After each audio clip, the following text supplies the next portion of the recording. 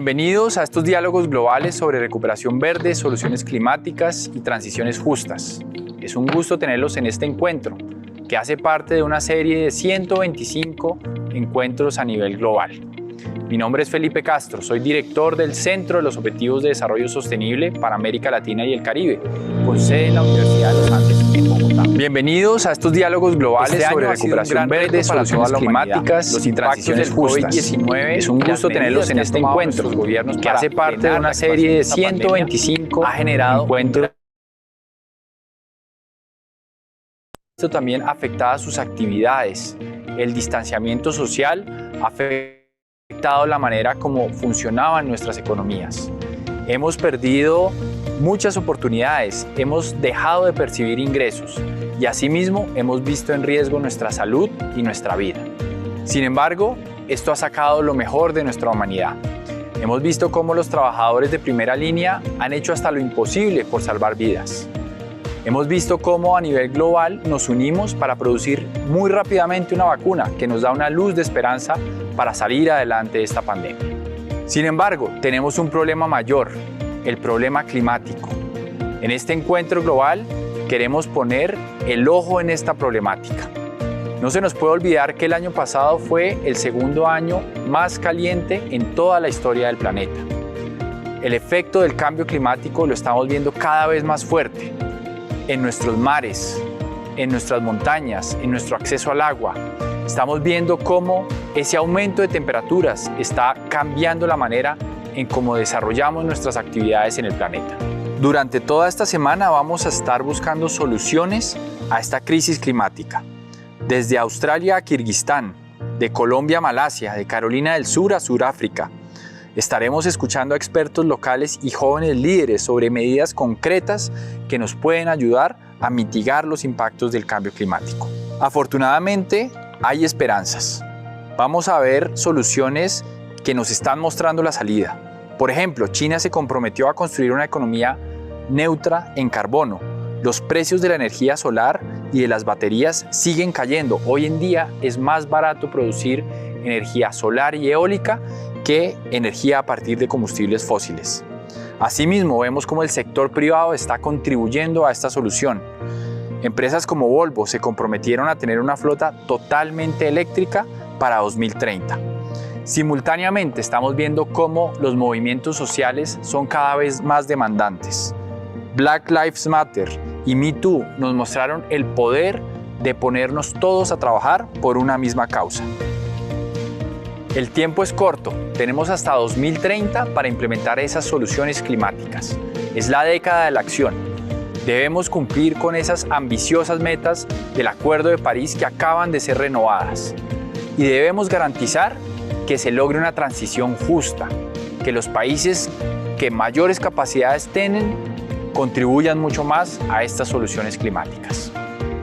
Les pedimos a todos ustedes, jóvenes, universitarios, que están conectados con la acción climática, que nos acompañen en esta serie de webinars y veamos las soluciones que se están implementando. También compartiremos experiencias de ustedes que están tomando acción para solventar esa crisis a través de proyectos, a través de investigaciones, a través de trabajo con su comunidad, a través de iniciativas en redes sociales. Hay muchas formas en las cuales los jóvenes están empujando esas soluciones climáticas que necesitamos. Ayúdenos a que este webinar llegue a por lo menos 100.000 personas alrededor del mundo. El tiempo es corto, tenemos hasta 2030 para implementar las soluciones que nos van a permitir solucionar el problema del cambio climático. Debemos cumplir con el Acuerdo de París, debemos contribuir a esas metas que son más ambiciosas. El año pasado, varios países mejoraron su ambición climática. Debemos sumarnos a sus esfuerzos y lograr esas transiciones justas.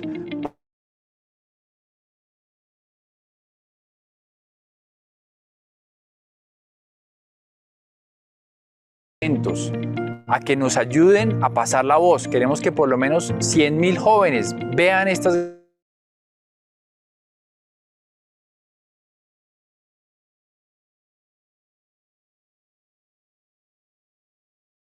experiencias de jóvenes universitarios que están trabajando.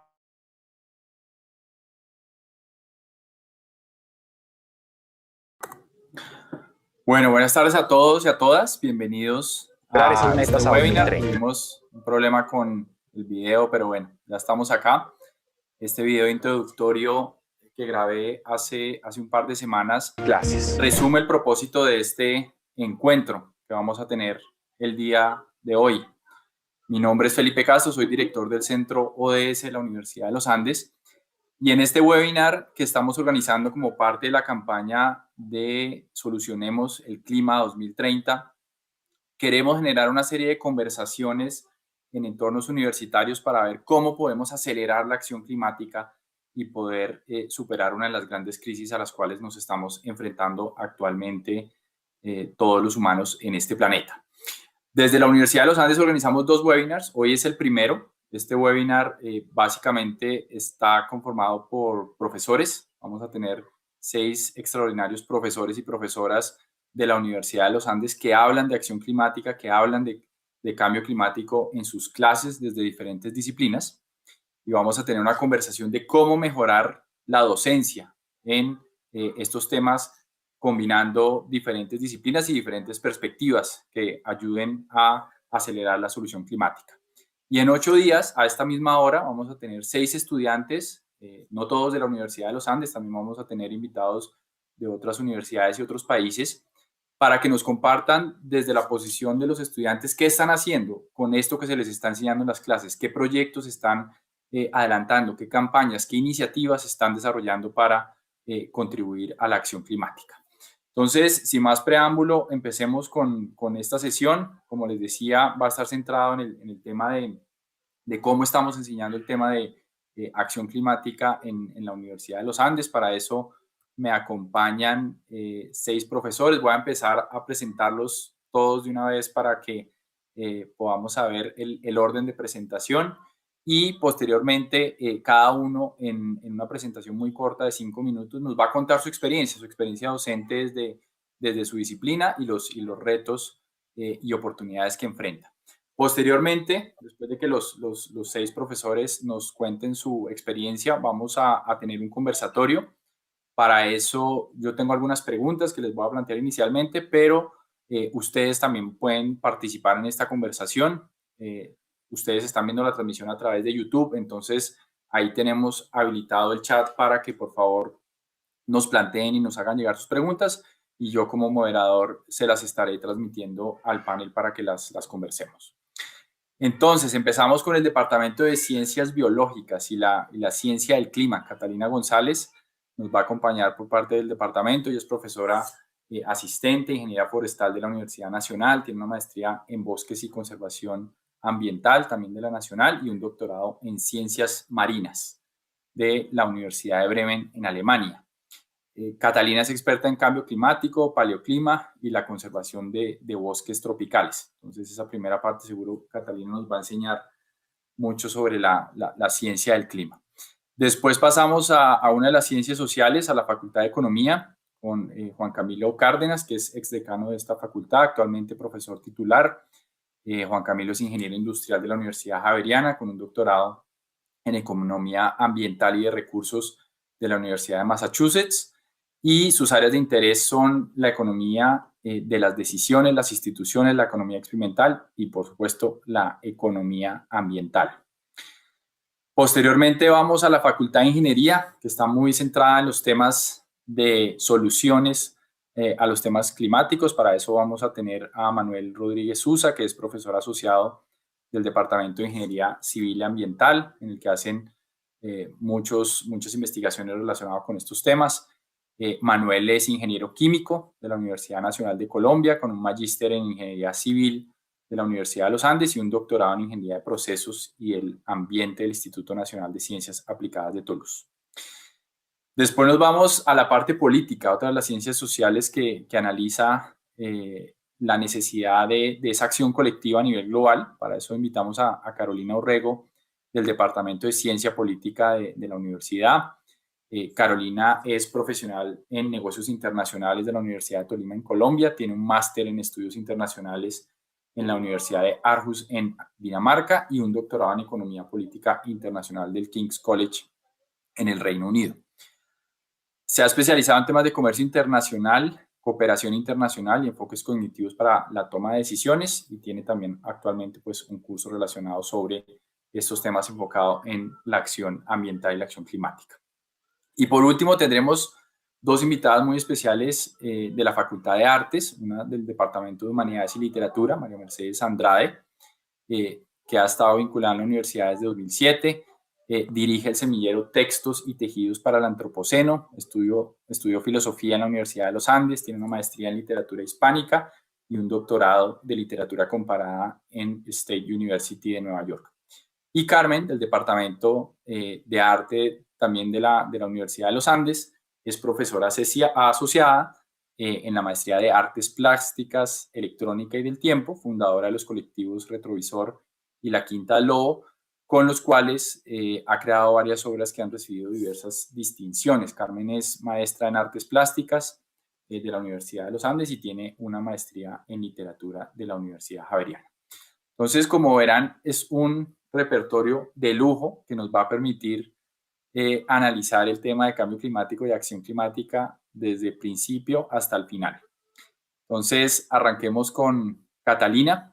Repito las instrucciones para nuestros panelistas. Por favor, una intervención corta, una especie como de pitch de 5 minutos, así como solemos hacer nosotros en nuestras clases con los estudiantes. Ahora nos toca a nosotros. Entonces, porfa, respetemos ese tiempo para que podamos tener la conversación que creo será lo más enriquecedor de este espacio. Y a los asistentes, les repito, por favor, plantearnos nuestras preguntas a través del chat. Adelante, Catalina. Vale, entonces a todos pues un saludo muy especial, todos y todas. Muchas gracias a Felipe y al centro por la invitación. Me parece un reto interesantísimo que nos sentemos ahora sí a pensar lo que estamos haciendo en las aulas para abordar estos temas, y realmente me parece como una oportunidad única y agradezco mucho el espacio. Como dijo Felipe, pues yo llegué a la universidad hace ya como 10 años y desde entonces, desde que yo llegué, me acuerdo que el día que me hicieron la entrevista, me dijeron, bueno, ¿usted qué cursos quiere dictar? Cuando llegué acá en el Departamento de Ciencias Biológicas, y lo primero que yo contesté, pues quiero dar un curso en cambio climático, me parece que es fundamental.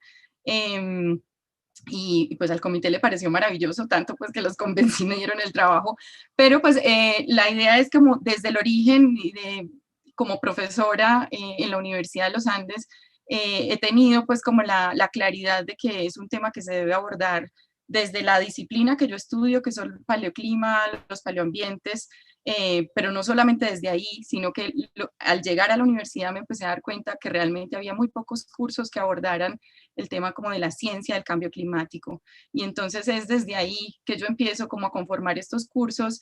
Ya llevo 10 años en los que he dado diversos cursos desde ciencias con el enfoque pues como de la ciencia del cambio climático, con una perspectiva muy sistémica, donde tratamos como el sistema climático, no solamente como el problema atmosférico, como de la acumulación de gases de efecto invernadero, que es lo que comúnmente se sabe y se habla y se pone sobre la mesa, las emisiones, etcétera, sino que también es sobre todo una comprensión más de los diversos sistemas planetarios, y desde ahí tratamos un poco como de abordar el asunto. Yo pues en estos 10 años voy a compartir una cortísima reflexión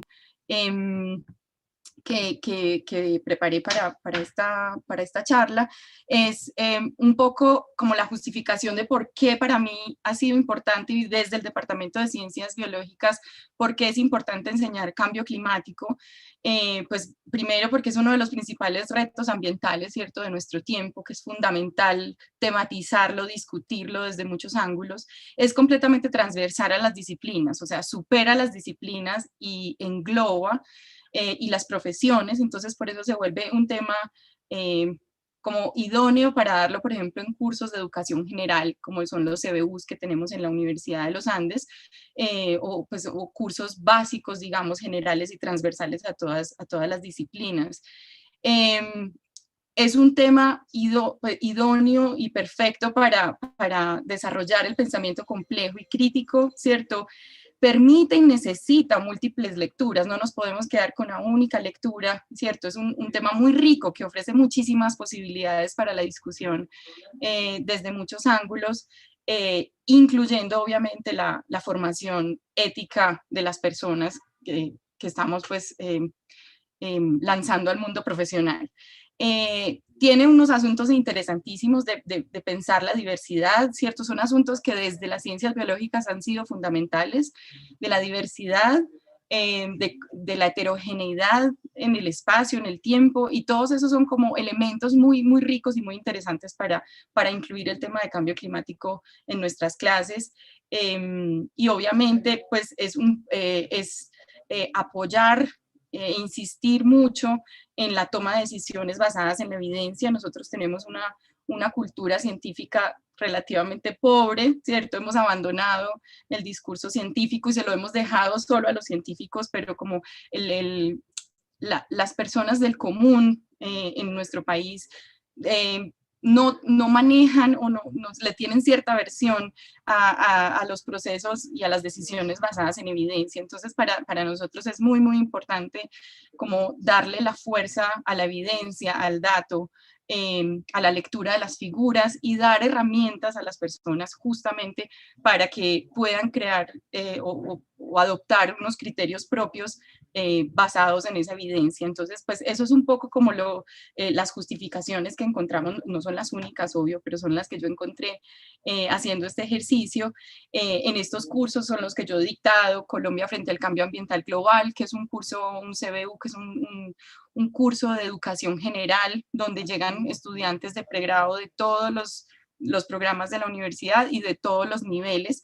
Entonces son cursos muy heterogéneos, pero justamente por eso son tan ricos, porque son los cursos en los que justamente confluyen las distintas disciplinas que queremos abordar, ¿cierto? Entonces, en esos cursos CBUs hay un potencial enorme para trabajar estos temas de cambio climático, y doy cursos ya mucho más específicos en la carrera de biología, específicamente biodiversidad y cambio climático, las dos grandes problemáticas, los ejes que se cruzan, y he dado pues obviamente otros cursos en temas más específicos relacionados con lo que yo hago de paleoambientes, paleoclimas, cómo se configura el panorama climático y esa diversidad climática en nuestro país, porque me he dado cuenta en el transcurso desde el ejercicio docente que realmente hay un desconocimiento muy grande como sobre las bases principales, que lo que dábamos por hecho, por sentado, a pesar de que el cambio climático es un discurso que aparece desde las ciencias, ¿cierto? Después se transforma y migra hacia, no sé, hasta a procesos de gobiernos y a procesos económicos y políticos, pero como en su origen es un problema que se empieza a colectar la evidencia desde las ciencias. Y me he dado cuenta en este tiempo que eso se desconoce, que no sabemos mucho como el sustrato básico, y a eso me he dedicado, a ir como formando un lenguaje, formando unos conceptos básicos para que a partir de ahí podamos construir como hacia otras disciplinas y crecer el discurso. Entonces, pues yo aquí identifico unas cosas difíciles que me han parecido difíciles de identificar y de transmitir a los estudiantes, pero eso lo podemos dejar para más adelante para la discusión sobre como los retos que tenemos desde ciencias para trabajar con cambio climático, pero entonces termino ahí, creo. Muchas gracias, Catalina. Muy ajustada al tiempo, muchísimas gracias. Sigue Juan Camilo, economista. Vamos a ver desde la toma de decisiones cómo aprovechamos la ciencia de datos, de modelos y proyecciones para entender esta complejidad de la que nos hablaba Catalina. Así que adelante, Juan Camilo. Bueno, Felipe, gracias por la invitación, gracias al COTS y gracias al resto de compañeros de este encuentro, porque alienta mucho oír que desde tantas disciplinas podemos tener un objetivo común, y es comunicar en una comunión ciudadana un problema que es de todos, y obviamente es en particular de la economía.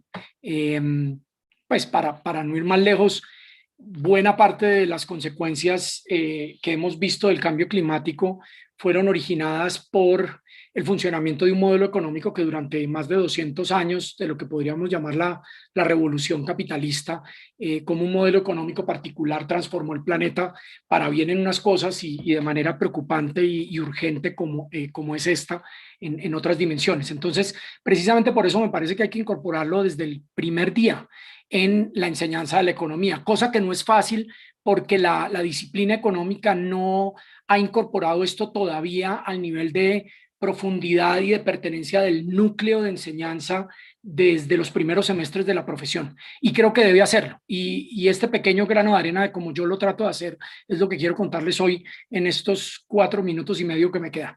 Y es cómo incorporamos este tema del cambio climático desde el primer día de una clase introductoria de economía. Y se los voy a contar muy rápidamente con incluso un par de videos de 30 segundos cada uno, en donde les va a dar una idea de cómo puede ser una clase de economía en este caso.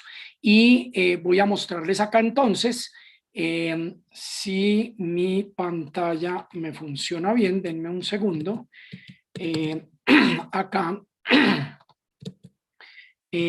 Y lo que quiero es mostrarles un pequeño video de una clase en la que yo arranco explicando un experimento. Este es el primer día de clase de introducción para los primíparos de economía, los estudiantes de primer semestre, y todos estos jóvenes que están acá recibieron aleatoriamente al comienzo de clase una asignación en un mercado. La mitad de ellos fueron asignados como compradores en un mercado y la otra mitad como vendedores. Les acabo de explicar los incentivos y las instrucciones y ellos van a entrar a interactuar en un mercado en el que van a comprar y vender y vamos después a observar los precios y las cantidades que surgen del mercado. Esto es el tema primerísimo que aprenden los estudiantes de cómo funciona la economía de mercado. Entonces yo explico aquello que les estoy diciendo. Denme un segundo, voy a tener cuidado de que funcione el audio también.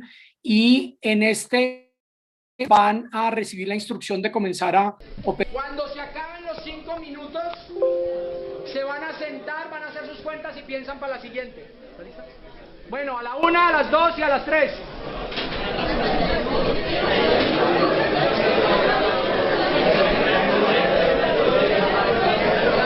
En ese momento, estos estudiantes comienzan a interactuar con otros estudiantes y empiezan a vivir lo que es la dinámica de una economía de mercado. Y les voy a mostrar otro muy rápidamente de ya una cosa mucho más dinámica y activa entre varios estudiantes. Yo le doy 90, yo le doy 93. Yo le doy 93.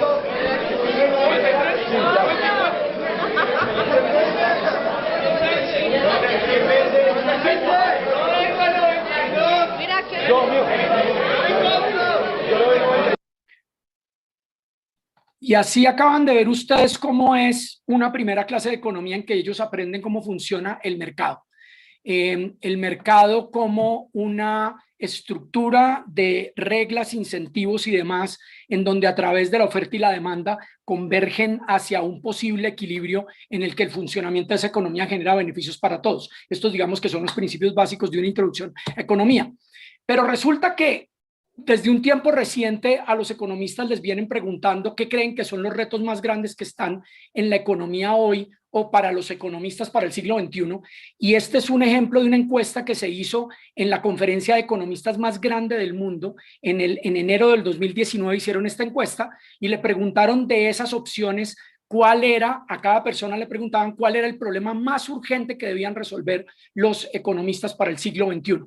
Y la inmensa mayoría de economistas, y de lejos en el primero y segundo lugar, cambio climático y desigualdad, como los dos grandes retos. Y resulta que esa economía de mercado que estamos enseñando, pues se tiene que enfrentar, por un lado, al problema de las disparidades tan grandes que genera la economía de mercado y, por otro lado, las consecuencias del cambio climático. Yo repetí ese experimento y lo he repetido en varias ocasiones, esta encuesta con estudiantes nuestros. Esto no es la conferencia de los economistas egresados, sino los estudiantes que comienzan a estudiar economía contestan lo mismo. Nuestros estudiantes que quieren estudiar economía piensan que los dos problemas más graves que hay que resolver para el siglo XXI son el cambio climático, en este caso mucho mayor, y después la desigualdad. Y entonces la pregunta es cómo incorporamos eso en una enseñanza de la economía. Entonces resulta que de unos años para acá cogí ese experimento que ustedes vieron en la imagen de estos muchachos intercambiando en el mercado y repliqué lo que sale siempre en ese experimento. Lo que ustedes ven ahí en la gráfica son los precios a que convergen en la curva de oferta y la curva de demanda que ustedes ven allí, y en esa curva de oferta y en esa curva de demanda los precios de equilibrio terminan siendo muy cercanos a los de la predicción teórica. Pero resulta que aquí a mitad de camino yo paro el experimento y les digo, esperen un momentico porque tenemos un pequeño problema. Por cada unidad que se produzca y se consuma en este mercado va a haber emisiones de carbono, y esas emisiones de carbono van a afectarlos a todos ustedes porque ahora tienen que gastar plata de su bolsillo para responder en términos de mitigación y adaptación en su lugar de origen como consecuencia de la operación de toda esta economía de mercado. Todos lo entienden, saben que van a tener que pagar de sus propias ganancias de su bolsillo esos gastos en mitigación y adaptación. Y vuelvo y arranco el mercado, y lo que ustedes ven acá es que no cambia en nada el mercado en términos de las señales de los precios. Y esto es una terapia de choque a los estudiantes de que esto maravilloso de la economía del mercado, cuando no hay problemas ambientales, no tiene ningún problema, y efectivamente confirma lo que dice la teoría económica, pero cuando uno mete el cambio climático a este lado, no hay cambio en las señales que el mercado nos da para responder en términos de política pública. Y cierro simplemente con esta imagen y esta frase de uno de mis admirados y uno de los patriarcas de la economía ecológica, el señor Kenneth Boulding, quien dice que cualquiera que piense que el crecimiento exponencial infinito puede ir por siempre en el mundo es o un loco o un economista. Y es explicarle a los estudiantes que el sistema económico está embebido, está inmerso en el sistema ecológico de la biosfera, y que a medida que ha venido aumentando el crecimiento económico y la economía de mercado, esa pequeña cajita que había acá de economía cada vez se vuelve más grande y cada vez cabemos más apretados en una capacidad limitada, finita del planeta Tierra para poder proveer bienes y servicios ambientales, y cómo la economía que funciona bien en una instancia es un desastre en otra si no intervenimos para resolver estas consecuencias del cambio climático. Esa era la historia que quería contarles, y muchas gracias. Muchas gracias, Juan Camilo. Qué nostalgia esas clases presenciales. Esto también lo hacemos pues. ahora virtual. Esos datos que les mostré fueron del mismo experimento virtual. Virtual, sí.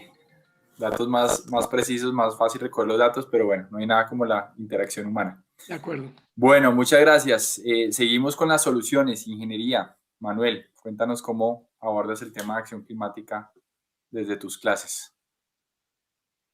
Buenas tardes, Felipe. Buenas tardes para todos. Pues muchísimas gracias por la invitación.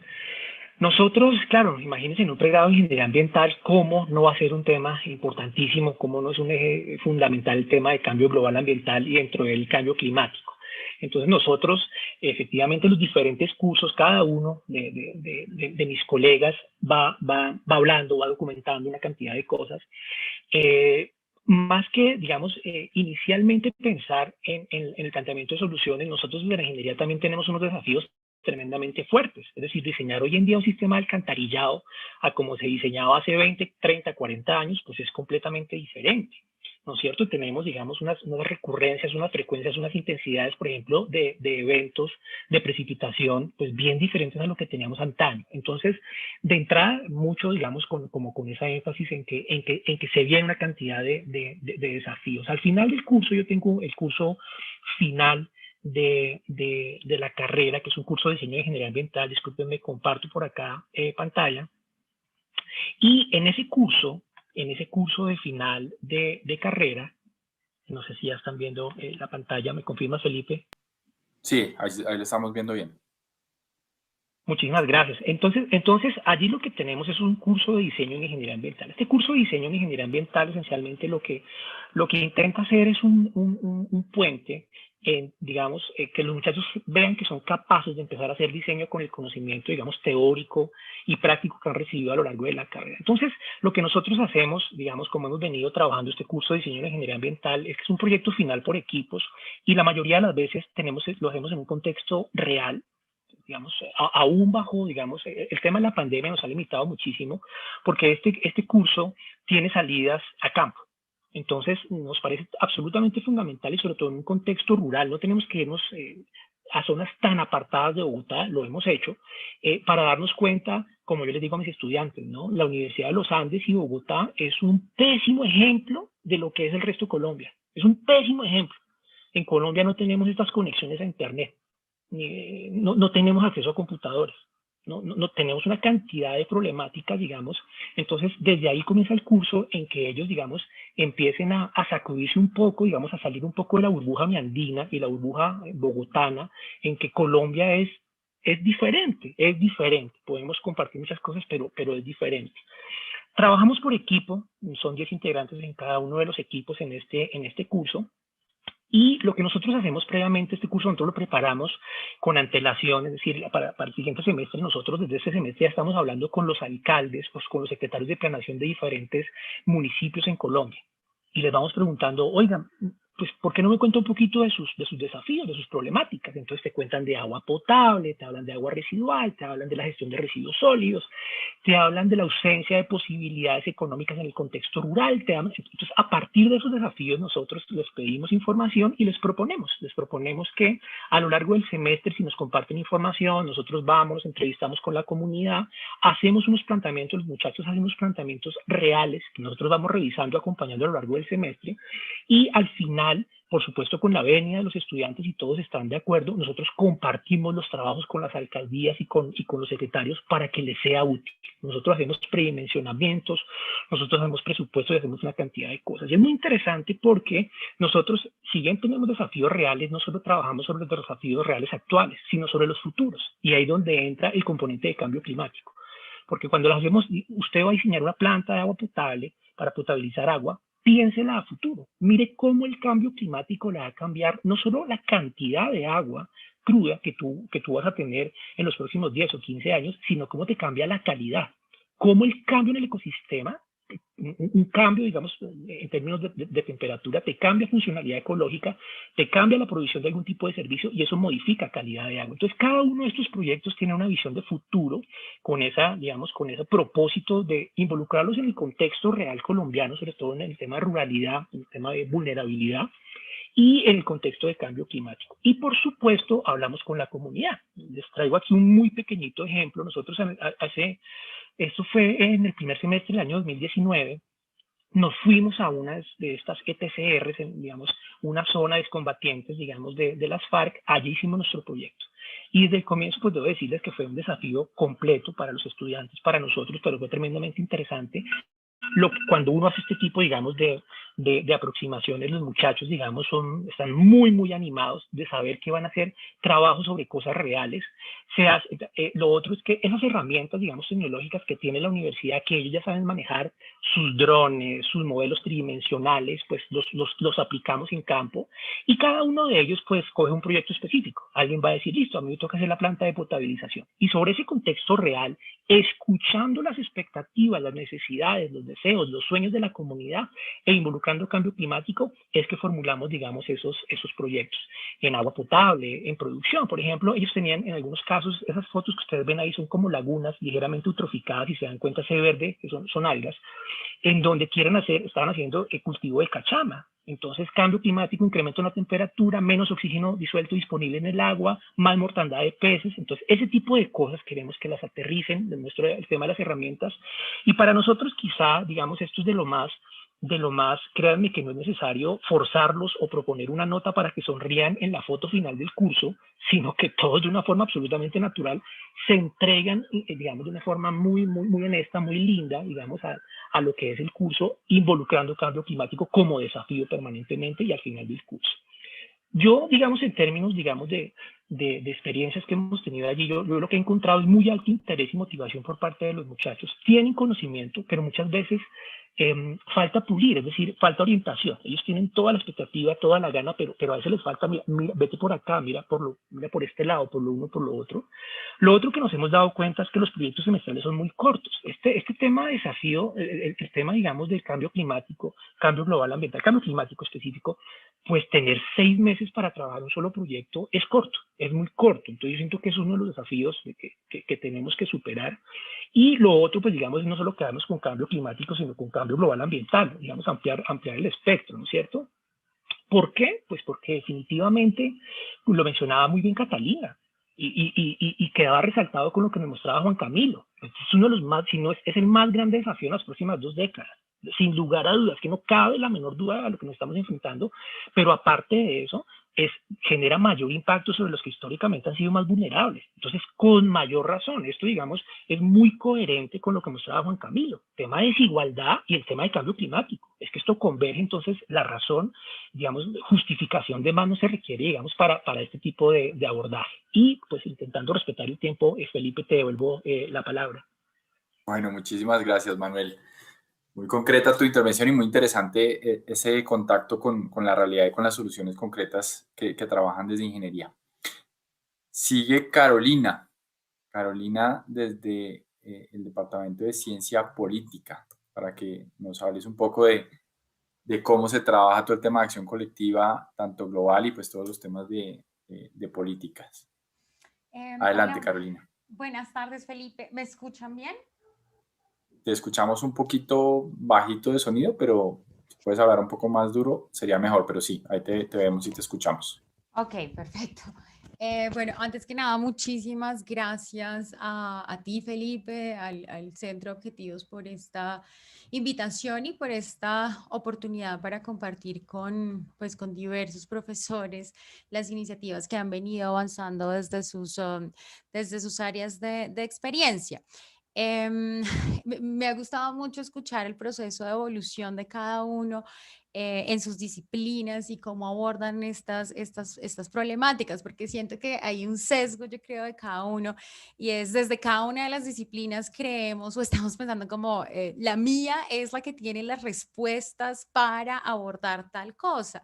Y yo creo que a nosotros en ciencia política, o sea, en general y en particular desde el área de estudios internacionales, que es donde yo trabajo, muchas de estas preocupaciones por años se han mantenido como un poquito periféricas y digamos que en el mainstream de las relaciones internacionales el tema del cambio climático y del medio ambiente ha estado reservado como a unos pequeños grupos que han decidido salir y empezar a ver específicamente el tema de las negociaciones, específicamente las negociaciones en los escenarios multilaterales y en todos los foros que ustedes han venido discutiendo alrededor de las negociaciones, insisto, negociaciones para la reducción de emisiones, por ejemplo.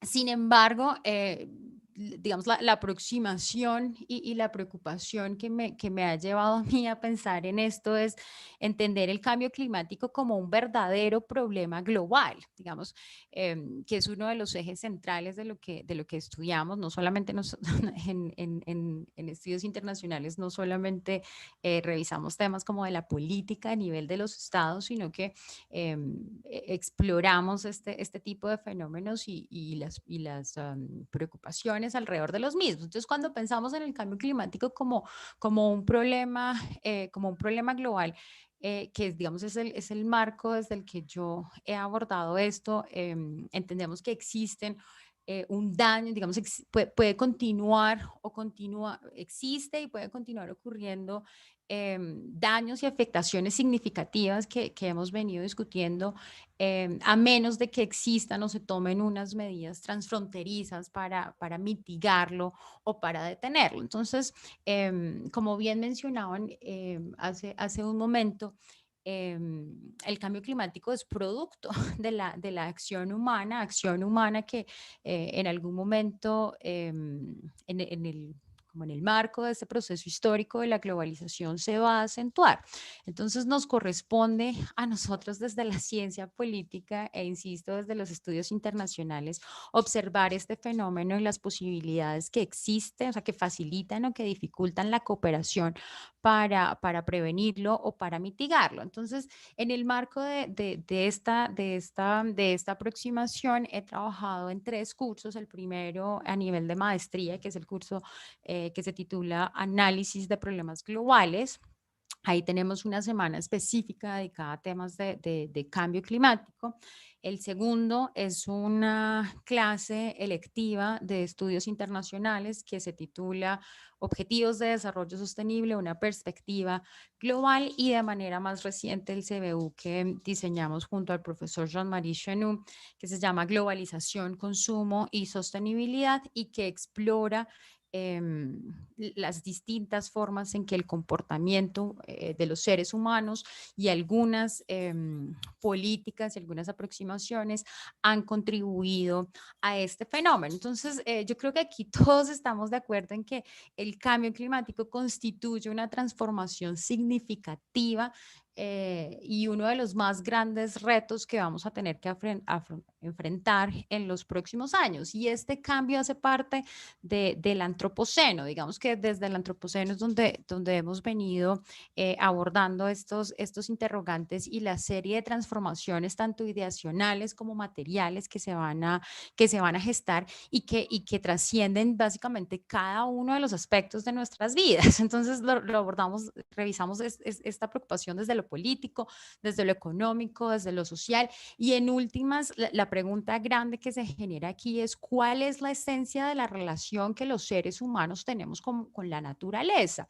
Desde nuestra aproximación, insisto, de la ciencia política, estamos abordando este fenómeno en el marco de distintos niveles de análisis. Entonces, lo abordamos desde lo global, internacional, por ejemplo, en escenarios multilaterales, en foros internacionales, a nivel nacional, exploramos cuáles son las formas en que en que el cambio climático ha sido integrado a los planes nacionales de desarrollo, a los planes territoriales.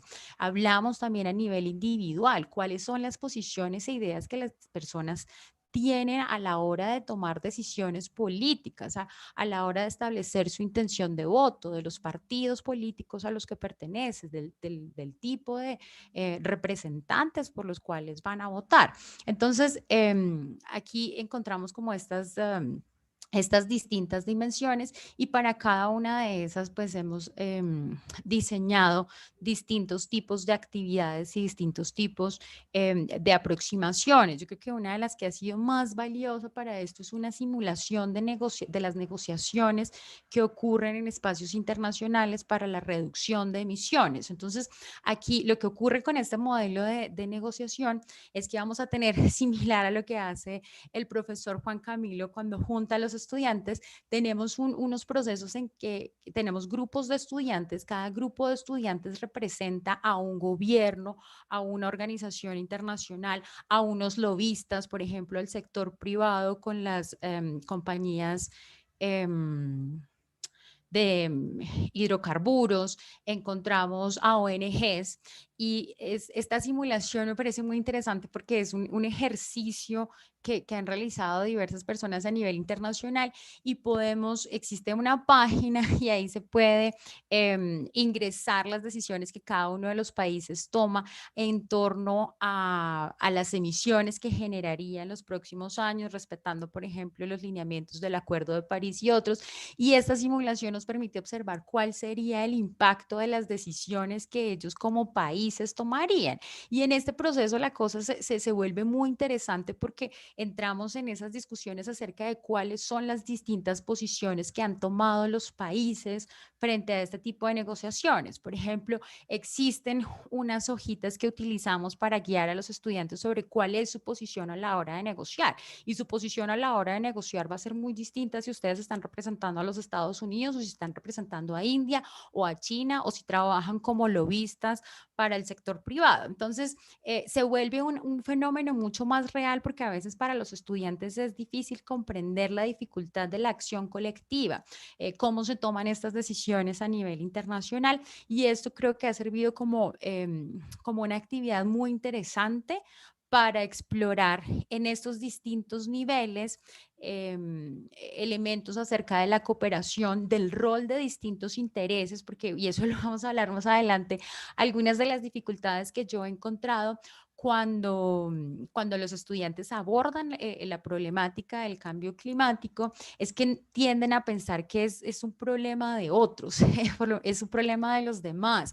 Hay muchos que no entienden cuál es la complejidad, porque X o Y Estado no toma X o Y decisiones cuando ellos consideran que normativamente sería lo mejor. Entonces yo creo que este tipo de iniciativas pedagógicas a la hora de realizar simulaciones o trabajar sobre estudios de caso tiende a ser muy, muy valioso.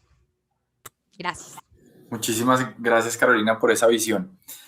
Cerramos ahora con la Facultad de Artes. Vamos a tener dos intervenciones de la Facultad de Artes. Primero, María Mercedes, desde la literatura. Cuéntanos cómo abordas esto en tus clases. Hola, buenas tardes a todos. Me está fallando un poquito la conexión, espero que no me saque.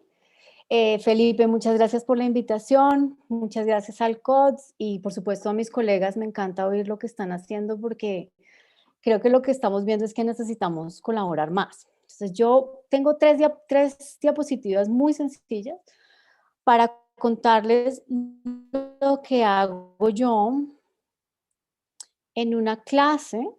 A ver. Espérense, abro aquí.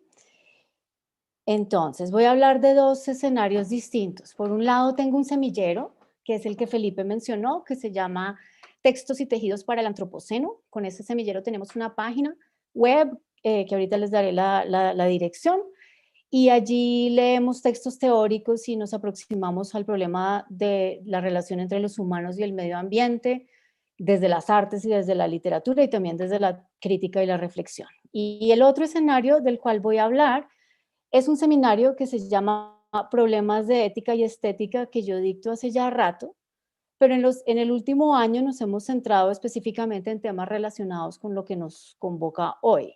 Entonces, hubo un curso que se llamó El Antropoceno y luego en este semestre estoy dictando uno que se llama Los Humanos y el Entorno. Ese curso pretende hacer una especie de cruce entre la ética y la estética, digamos, esa es como la premisa del curso, es decir, cómo desde las artes y desde la literatura se pueden abordar y se pueden pensar problemas que tienen que ver con el actuar humano, ¿no? Entonces, que tienen que ver con la ética. Yo allí hago varias cosas.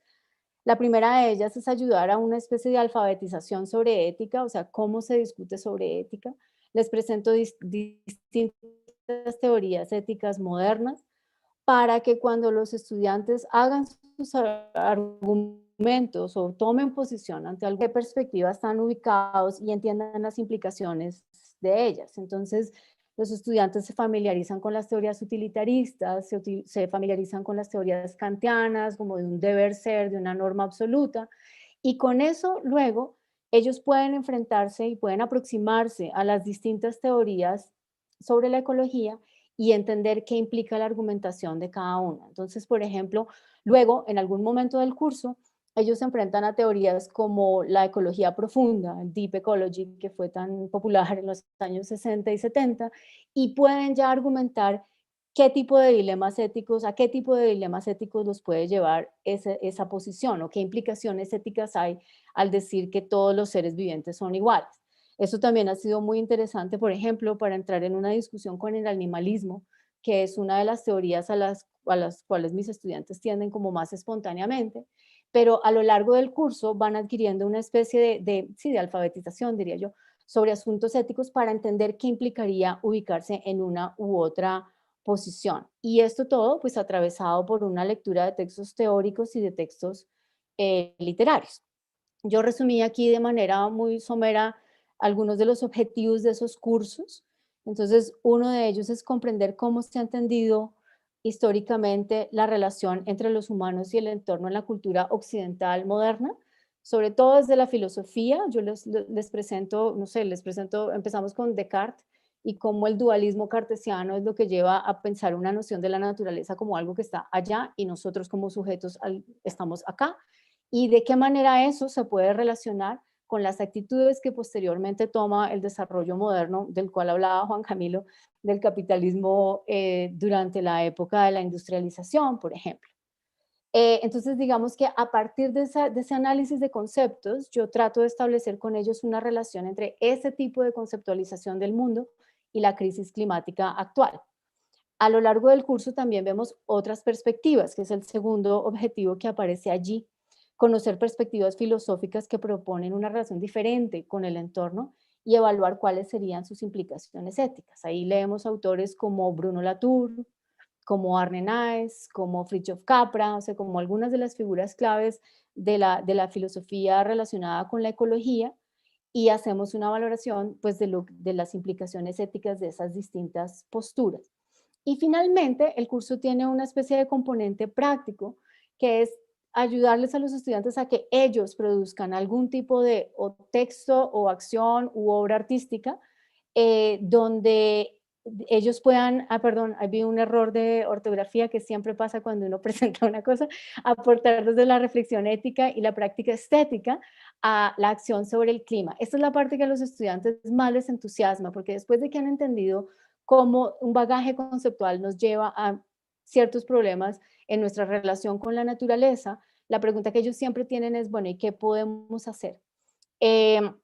Entonces, pues nosotros hemos desarrollado esta página que los invito a que puedan, a que visiten y a que vean, donde los estudiantes hacen reflexiones éticas a partir de textos que ellos han leído, donde se habla del problema del clima, pero también tenemos una pequeña sección donde ellos empiezan a proponer acciones. ¿Qué cosas podemos hacer para concientizar sobre el consumo, sobre los cambios necesarios en el consumo, por ejemplo? ¿Qué cosas podemos hacer en nuestra relación con la sociedad de consumo en concreto para ayudar a contribuir a la mitigación del cambio climático? ¿Qué podríamos hacer en el terreno de la política? Yo no sé si esto me permita conectar a la página, es posible que no me deje. Entonces yo tendría, bueno, no sé, podría simplemente parar de compartir y los invito a que la visiten. La página aparece simplemente con el título, Textos y tejidos para el Antropoceno.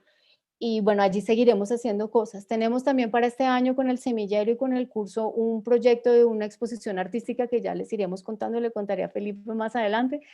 Todo con la idea de ayudar a concientizar sobre la necesidad de cambios en el consumo, que es una de las acciones que yo creo que los estudiantes, digamos, donde los estudiantes se sienten un poco más con un poder de hacer algo que ayude y que contribuya. Y bueno, eso ya es, creo que usé menos de los 5 minutos. Muchas gracias, María Mercedes, justo a tiempo, para darle paso a tu colega Carmen, también de la Facultad de Artes, y que nos va a mostrar lo que ha venido haciendo relacionado con otras artes plásticas. Adelante, Carmen. Tienes que prender tu micrófono. Nunca falta. Siempre pasa. Siempre Buenas falta. tardes, muchas gracias a la gente que está conectada en el YouTube, gracias al coach, a Felipe por la invitación y pues a los colegas por compartir este espacio tan maravilloso.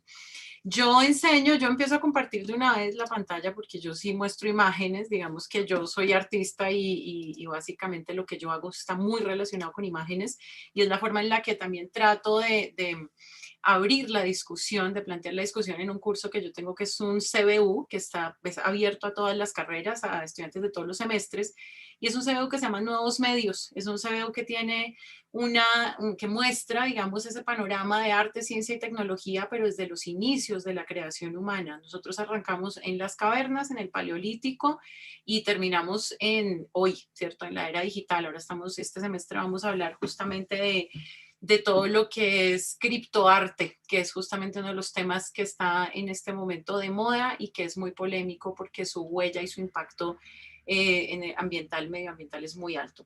Nosotros hablamos de 4 revoluciones industriales. Lo que es muy interesante de este curso es que como viene gente de todas las carreras, tengo desde abogados, politólogos, economistas, artistas, todos, absolutamente todos, y es gente que creo que esta generación tiene una conciencia que no veíamos antes, que muchas veces termina haciendo unas reflexiones maravillosas. Yo me inventé un trabajo final que se llama un ensayo multimedia, que cuando lo pongo en clase me dicen, ¿un qué, profe? Yo un ensayo multimedia. Lo que vamos a hacer es hacer un ensayo, lo que hacemos en las clases habitualmente, pero utilizando herramientas multimedia. Hablamos mucho de consumo, de publicidad, de propaganda, de obsolescencia, que son los temas que están en la raíz de la crisis y del cambio climático y del antropoceno. Me interesa mucho que haya una reflexión, que haya un pensamiento crítico y que al final haya una resistencia, porque yo siento que el arte y las formas de creación al final terminan siendo resistencia a un pensamiento global y hegemónico y a unas formas de hacer globales que son las que nos han llevado un poco a donde estamos. Digamos que hablo de todo esto, de esa primera revolución industrial que nos habló de la mecanización, de las máquinas de vapor, de las máquinas de tejer, luego la industria 2.0 donde empieza la producción en masa, la línea de ensamblaje, la energía eléctrica, luego cuando llega el computador y ahora en donde estamos, ¿no? En esta era y en esta era más extraña pandémica, ¿no? Donde nuestro consumo ha cambiado muchísimo, ha exacerbado unas cosas, digamos, acabado con otras, pero realmente creo que estamos en una época en la que nos permite mucho reflexionar sobre el lugar en el que estamos. Y siempre hablo de esto, hablo de arte, de cine, hablo de formas de hacer, de formas de representar, de estos ideales que nos han hecho pensar en muchas cosas, pero que también nos han hecho sacrificar otras. Esta es una imagen que me parece fascinante, siempre la pongo en el curso y como que yo creo que estas imágenes funcionan como dispositivos para entender dinámicas y mecanismos. El progreso tenía que ver con esto, con la industria de los sueños, con el consumo, con la belleza, como con llegar a la perfección, y los últimos 100 y pico años nos han enseñado que fue esto, ¿no? Que fue la idea de construir y crear sobre otras cosas y empezar de pronto a construir este lugar ideal, pero eso tiene sus contras y yo creo que las artes, la fotografía, el cine, los documentales nos dejan unas huellas muy interesantes y nos hacen entenderlo. Hay cosas que me parecen a mí como accidentes fortuitos que empiezan a abrirle las puertas de la percepción, como lo decía tal vez Aldous Huxley, a los estudiantes, y es esto, ¿no? Esta idea del progreso, por ejemplo, estas imágenes me parecen muy interesantes porque nos llevan a la idea del vehículo, el carro, la línea de ensamblaje, nos llevan también a pensar en esta idea de cómo vender eso. Hablamos, por ejemplo, del consumo de Edward Bernays, que es el sobrino de Sigmund Freud, que es el que se inventa, digamos, el advertising o las relaciones públicas como una contraparte a la propaganda para vender el progreso, para vender el consumo, para vender unos ideales. Pero ese consumo nos lleva también a entender otras dinámicas que están adentro de la sociedad, ¿no? Que es esa idea de, por ejemplo, esto, ¿no? Esto que nos habla también de unos modelos de tener que ir siempre comprando lo más nuevo. Yo creo que en la medida en la que uno se empieza a conectar con esas dinámicas, se empieza a entender también cómo esa idea, ese ideal del progreso fue lo que fue la debacle de pronto de nuestra sociedad y lo que nos llevó al antropoceno. Las imágenes para mí dicen mucho. Lo que es muy interesante es cómo los estudiantes empiezan a entender este tipo de preguntas y las empiezan a apropiar, las empiezan a entender desde sus propios discursos. Vemos obsolescencia programada, por ejemplo. Este es un documental maravilloso que se llama Comprar, Tirar, Comprar, que lo dirige Cosima Danoritzer, donde nos habla de cómo las bombillas antes, hay una bombilla que tiene 100 y pico de años, que le celebran su cumpleaños todos los años a la bombilla en un cuartel de bomberos, fue puesta con una fecha de terminación por un cartel que se llama el cartel Fibus, ¿no? Y eso tiene que ver con la tecnología, tiene que ver con el progreso, con la industria. Hay estudiantes que estudian carreras que tienen que ver justamente con ingeniería industrial, por ejemplo, y dicen, bueno, pero hay que crecer, pero ¿cómo crecemos? También me parece interesante esto es una metáfora, esto se llama Detroitium Fordita, o esto es un plastiglomerado, esta es la biología de nuestra era. Estos son piezas de pintura hechas una sobre otra, son las capas que quedan después de pintar muchos carros o muchos grafitis, o estos plastiglomerados es lo que se encuentra en las costas, en el mar, que son los desechos biológicos, ¿no? de nuestra era, es plástico con roca que el mar ha maleado durante muchos años, y cómo los artistas retoman estas ideas, estos conceptos para producir imágenes, reportajes. Yo creo que cuando uno ve una imagen de estas, entiende cuál es el impacto, ¿no? ¿Qué es lo que estamos haciendo nosotros? Y creo que ahí está, ¿no? Esto es Chris Jordan, que es un artista. Esto es Vic Muniz, que hace este documental que se llama Lixo Extraordinario, Basura Extraordinaria. Y creo que aquí hay un poco, yo me puse mi propio timer para ir cerrando, creo que hay unas formas muy interesantes de ver cómo con el arte nos podemos aproximar a esas reflexiones. Esto es Joan-Yves Lemercier, que es un artista francés, y él dice, bueno, pasé 15 años volando a festivales, a galerías, a eventos, a ferias de arte, pensé que el criptoarte era una salida, pero cuando me doy cuenta del impacto que tiene esto medioambiental, estoy preguntándome si realmente ese es un camino. También me interesa mucho que ellos al final puedan producir imágenes, puedan producir entrevistas, videos, o puedan hacer sus propias reflexiones. Hay una comunidad de artistas muy grande trabajando sobre cambio climático, sostenibilidad, etc. Yo misma estoy acá invitada porque hice una obra el año pasado que no pudimos estrenar por pandemia, se preestrenó, que tiene que ver con eso, con los híbridos que genera el cambio climático. Esto es Híbris, de nuestras 2 imágenes, parte de una investigación sobre cómo se vería el mundo si subimos 4 grados de temperatura. Y cuando uno ve estas cosas, yo siento que todo lo que es visualización de datos, proyecciones, ¿no? Que lo hemos hablado, cada uno lo ha hablado de una forma diferente, nos ayuda a entender un poco cómo es el mundo. Nuestro montaje era un montaje inmersivo en el que tratamos de hablar de los híbridos. Es un híbrido que trata de sobrevivir en un mundo que le es adverso, donde el paisaje ya es un paisaje postindustrial y es una ruina porque no queda absolutamente nada. Creo que esas son las formas de acercarse y despertar esa sensibilidad en los estudiantes, pues es realmente una forma muy interesante de que entiendan esa problemática como algo que los afecta directamente, ¿no? Ya hay unas reflexiones que las apropian ellos y se notan mucho en los trabajos finales y eso es fascinante en este curso. Y ya, esa era mi intervención. Muchas gracias. Bueno, muchas gracias, Carmen. Maravilloso, inspiradoras. No hay nada como unos seres visuales y no hay nada como estas imágenes para mover las fibras. Bueno, hay muchas cosas pasando en la Universidad de los Andes en temas de cambio climático. Se nos quedaron por fuera las experiencias de administración, de derecho, de antropología. Por tiempo no pudimos tener más profesores acá, pero lo cierto es que estamos abordando esto desde diferentes disciplinas.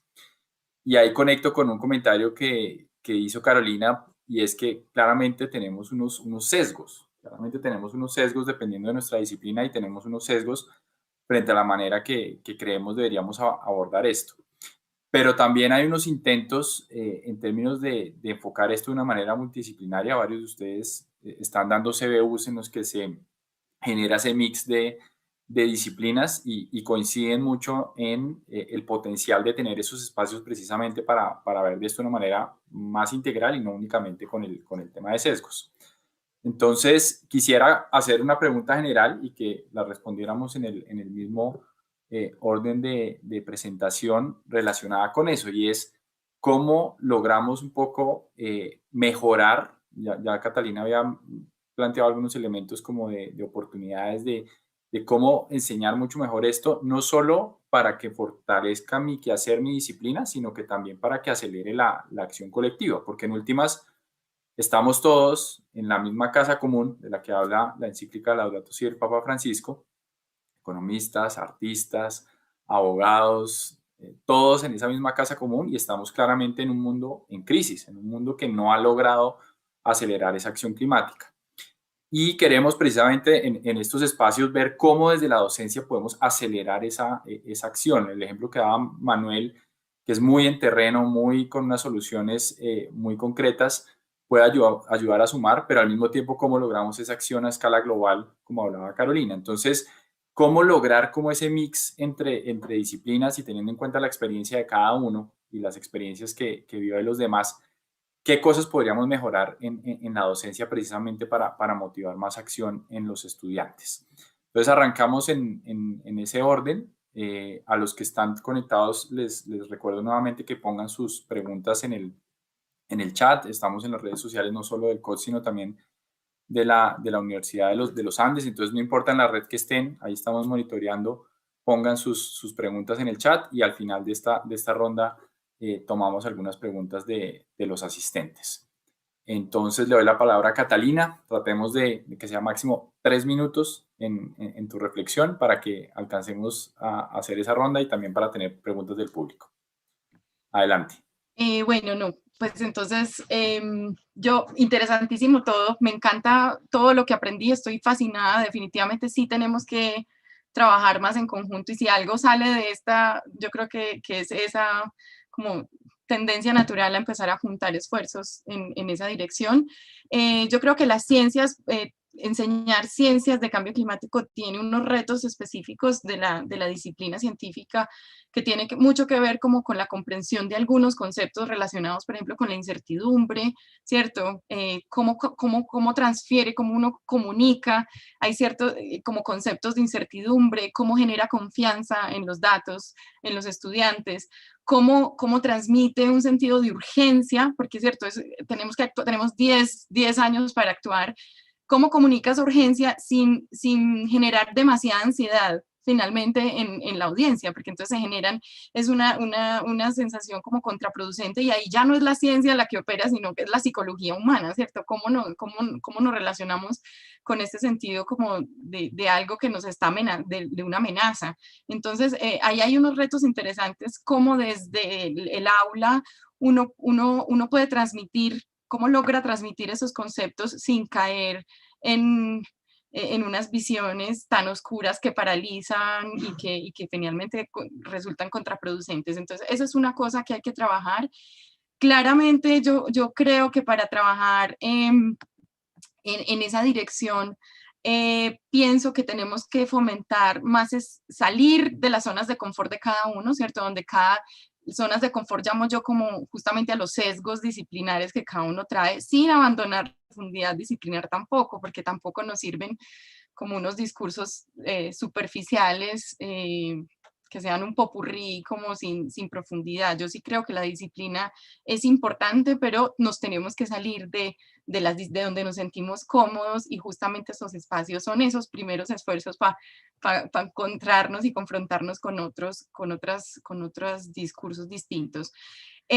Pienso que tenemos que encontrar espacios físicos, virtuales o presenciales, pero espacios físicos de encuentro. Yo también coincido con la idea de que tal vez 6 meses o un semestre o incluso los cursos de 8 semanas a veces son demasiado cortos, ¿sí? Para pensar en problemas tan grandes, transversales, y hacer como cosas en conjunto y que realmente salga algo ahí, como que emerjan cosas de ahí. Entonces, a veces hay que pensar de pronto en otras estrategias, que la unidad no sea el curso de las 8 semanas, sino que hay que inventarnos otras formas.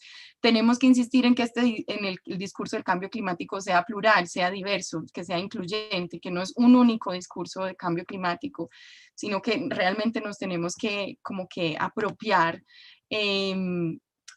Me encanta la idea de basarlo en problemas de casos reales. Yo creo que trabajando, poniéndonos manos a la obra, es que realmente logramos apropiarnos de los conceptos. Y el asunto que ustedes han mencionado todos, este asunto desde lo local hacia lo global, sin perder pues la heterogeneidad, la diversidad. Me parece que son un montón de retos muy interesantes, pero que ya se han empezado como a identificar. Pero pues ante todo, tenemos que hacer algo a partir de hoy, o sea, no pase un día más sin hacer algo en conjunto. Sí. Muchas gracias, Catalina. Juan Camilo. Pues una reflexión y después una propuesta que estaba pensando escuchando a Catalina.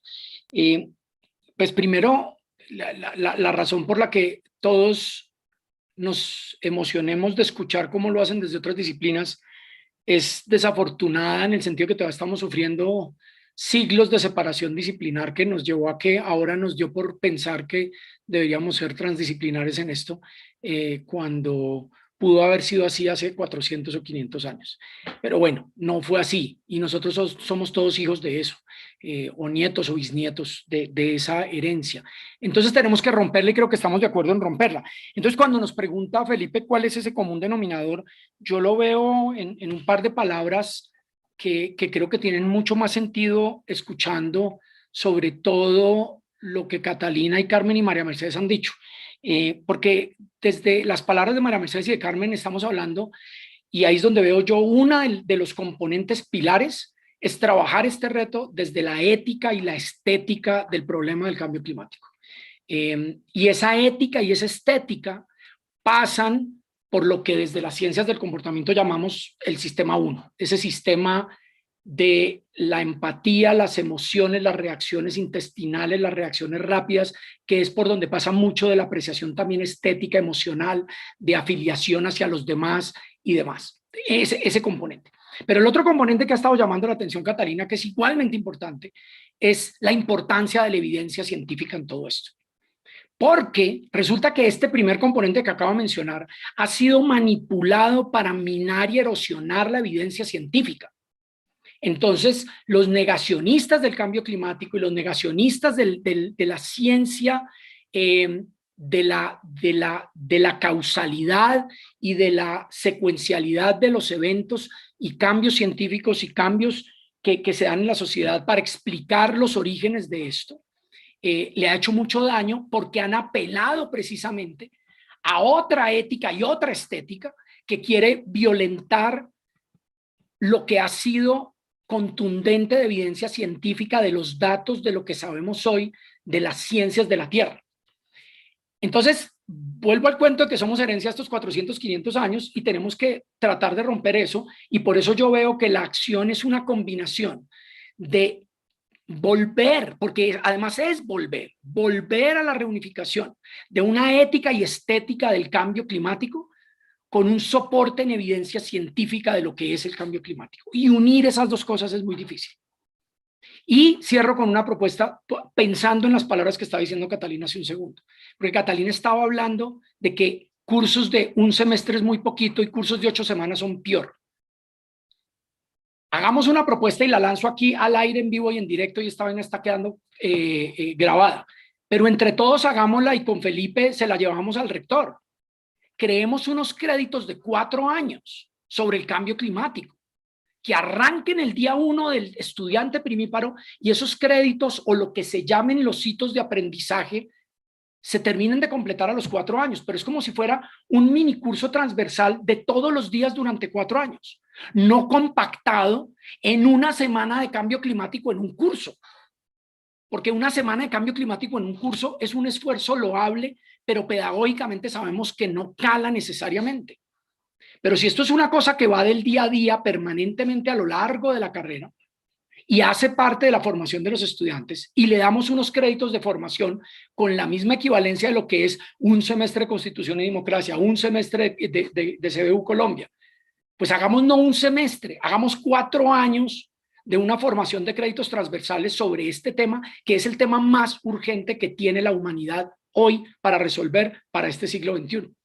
Y simplemente nos inventamos la forma pedagógica de hacerlo. Y entonces se van sumando hitos y puntos a lo largo de los 4 años, pero no solamente en el aprendizaje, sino en la acción cotidiana para el cambio cultural, económico, cognitivo que necesitamos de todos ellos. Era eso. Muchas gracias, Juan Camilo. Y como dijo Catalina, ya hay una tarea clara y bueno, buena idea queda sobre la mesa, y seguro le seguiremos trabajando, y que conecta con una de las promesas de campaña de nuestro rector en términos de poner esto en el centro de la formación, independientemente del pregrado que estén cursando los estudiantes. Bueno, Manuel, adelante. Sigues tú desde la ingeniería. ¿Cómo ves esto? Gracias, Felipe. Yo lo que veo, a mí siempre me ha parecido que el ejemplo tiene una fuerza pedagógica muy, muy fuerte, muy, muy fuerte. A mí me parece que aún a nosotros como Universidad de los Andes nos falta coherencia. Yo parte, digamos, de lo que creo que tenemos que tener allí es coherencia, porque nos queda muy difícil, es como un neumólogo, no sé, fumando en clase y enseñando sobre problemas pulmonares, es decir, guardando las proporciones, ¿no es cierto?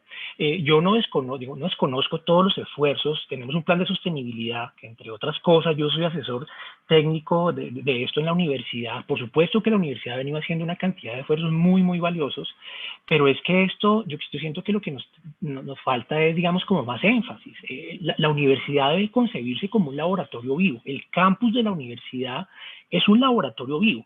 Nosotros como Universidad de los Andes somos un municipio de 20.000, 22.000 personas, y entonces el nivel de coherencia va a que esto que es discurso tiene que empezar a materializarse desde todos los ámbitos, desde el ámbito técnico, desde el ámbito presupuestal, desde el ámbito administrativo, desde las artes, desde una cantidad de cosas. Pero yo siento que una de las mejores cosas que podemos hacer como universidad realmente es la coherencia. Realmente mostrar que no solo tenemos el discurso, no solo tenemos la clase, no solo lo sacamos a campo, sino que coherentemente, me parece que la coherencia, digamos, cae en ese paquetico o en ese paquetote de la ética, porque es que nos queda también muy difícil empezar a hablar de todo este tipo de cosas, que hay una cantidad de proyectos, y no tener coherencia. Yo siento que la coherencia, no solo a nivel de universidad, sino a nivel, digamos, general, es de lo más complejo que hay, a nivel económico, a nivel industrial, a nivel personal. O sea, y ahí hay una cantidad de cosas, es decir, sí, ok, queremos luchar contra el plástico, queremos plástico de un solo uso, evitarlo. Hay una campaña de los estudiantes de Magua para montarlo en la universidad, la cual estamos revisando una cantidad de cosas, pero es que el plástico, digamos, solo por esa ruta O sea, con qué nos vestimos, una cantidad de cosas. Entonces yo siento que el tema de coherencia me parece muy importante. Me parece que, digamos, dada esta magnitud, yo siento que es, quizá de lo más maravilloso que hay en una universidad es la diversidad, sin lugar a dudas. Pero esa diversidad enfocada, eso es como un láser, que es un punto focal tremendamente fuerte. Entonces, imagínense una visión común clara, declarada por parte de la universidad en el aspecto del cambio climático. No solo para su coherencia, sino, por ejemplo, en el patrocinio, lo que mencionaba Juan Camilo. Entonces, yo me imagino entonces ya un curso, como lo menciona él, pero también un proyecto de 4 semestres en donde los equipos tengan por lo menos un integrante de cada facultad o cada departamento con un abordaje de cambio climático. Entonces y con patrocinio de la vicerrectoría, por ejemplo, de investigación y creación o cosas por el estilo. Entonces hay que ser muy, muy ambiciosos en eso. Estamos desarrollando el plan de desarrollo institucional, el PDI 2021-2025, y esto podría tener un núcleo, digamos, muy soportado sobre bienestar humano, pero asociado a eso claramente con los pilares de sostenibilidad y por ende cambio climático. Entonces yo siento que ahí tenemos una cantidad de herramientas, pero yo insisto, me parece que lo más importante es que seamos coherentes. La universidad tiene que ser muy coherente. Una de las mejores formas de enseñanza es el ejemplo. Y entonces seguir transformando el campus con esa visión es muy, muy importante. Yo siento que eso puede ser un poquito arriesgado, pero es una apuesta, digamos, frente a grandes desafíos. También las respuestas tienen que ser tremendamente fuertes, creería yo. Yo creo que también insisto sobre esa declaratoria, tenemos que empezar deberíamos comenzar por identificar lo que tenemos en común y no solo lo que nos diferencia, es decir, en este tema de cambio climático, desde las facultades, desde los departamentos, y a partir de eso, efectivamente, y con el apoyo, sobre todo absolutamente convencido, desde las más altas instancias de la Universidad de los Andes, hacer, digamos, esa declaratoria de visión común clara, es decir, un propósito, con unas metas, con unos tiempos, para que eso se transforme en una cantidad de cosas, es decir, y tenemos que medir. Como cualquier tipo de proyecto, nosotros tenemos que medir, es decir, todos estos diferentes esfuerzos que nosotros hacemos, esta diáspora que se está generando siempre desde las aulas de la Universidad de los Andes, a veces nos quedamos cortos y no medimos y finalmente logramos el cometido. Porque uno como profesor, bueno, y lo hablo por mí, uno tiene en la cabeza una cantidad de propósitos y hace y promueve y una cantidad de estrategias, no sé qué, pero al final, si logramos lo que estamos buscando, o sea, si finalmente esos tomadores de decisión, porque la Universidad de los Andes, en muchísimas instancias, lo que genera son tomadores de decisión a futuro, corto, mediano y largo, a nivel nacional y en algunos casos internacional, sí lograron, digamos, estar inmersos y que esto los inunde, que empiece a formar como epigenética, como parte de su ADN allí. Entonces yo siento que eso es como muy importante. Para mí, el tema de coherencia institucional, la visión de la universidad y su campus y todos nosotros allí como un laboratorio vivo en tema, digamos, de cómo nos adaptamos, mitigamos cambio climático y el abordaje de preguntas, digamos, de una forma muy ambiciosa. Cuando uno ve que la responsabilidad en gases de efecto invernadero del país es de 0.37% del total mundial, entonces uno dice, pero es que lo mío es marginal. Y lo otro que tenemos es una absurda dependencia tecnológica. ¿Y qué ha demostrado en la pandemia? Y la incapacidad de formular y producir vacunas. Entonces la dependencia tecnológica que tenemos es la ruina, es una ruina tenaz. De esa dependencia a recursos naturales, pues eso es tremendamente discutible. Entonces, yo creo que es momento, por ejemplo, ese secuestro masivo del CO2 o las grandes preguntas asociadas al cambio climático, pues que no nos dé pena empezar a abordarlas. Por ignorantes que seamos ahora, pues eso sería uno de los retos que podríamos afrontar como universidad. Felipe, muchas gracias. A ti, Manuel, muchísimas gracias. Carolina.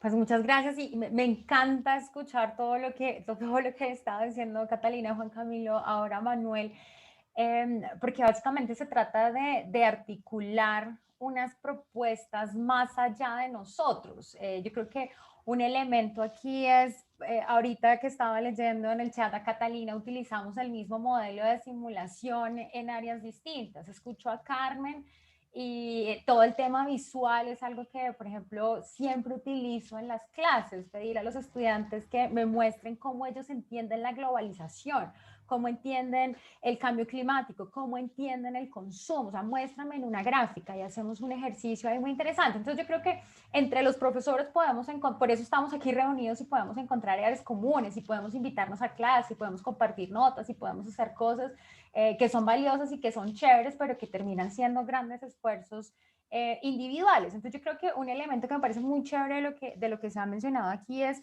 tratar de tener una sombrilla general al interior de la universidad, o sea, una sombrilla que nos permita a todos desde nuestras especialidades disciplinares articular esas interconexiones que existen, porque es que la realidad del fenómeno es que nos toca a todos de distintas formas y genera unas preguntas para cada una de las disciplinas, es decir, ¿qué significa el cambio climático para un psicólogo? ¿Qué significa el cambio climático para nuestros politólogos? Porque la respuesta a esa pregunta va a ser muy distinta insisto, desde la disciplina de cada uno de nosotros.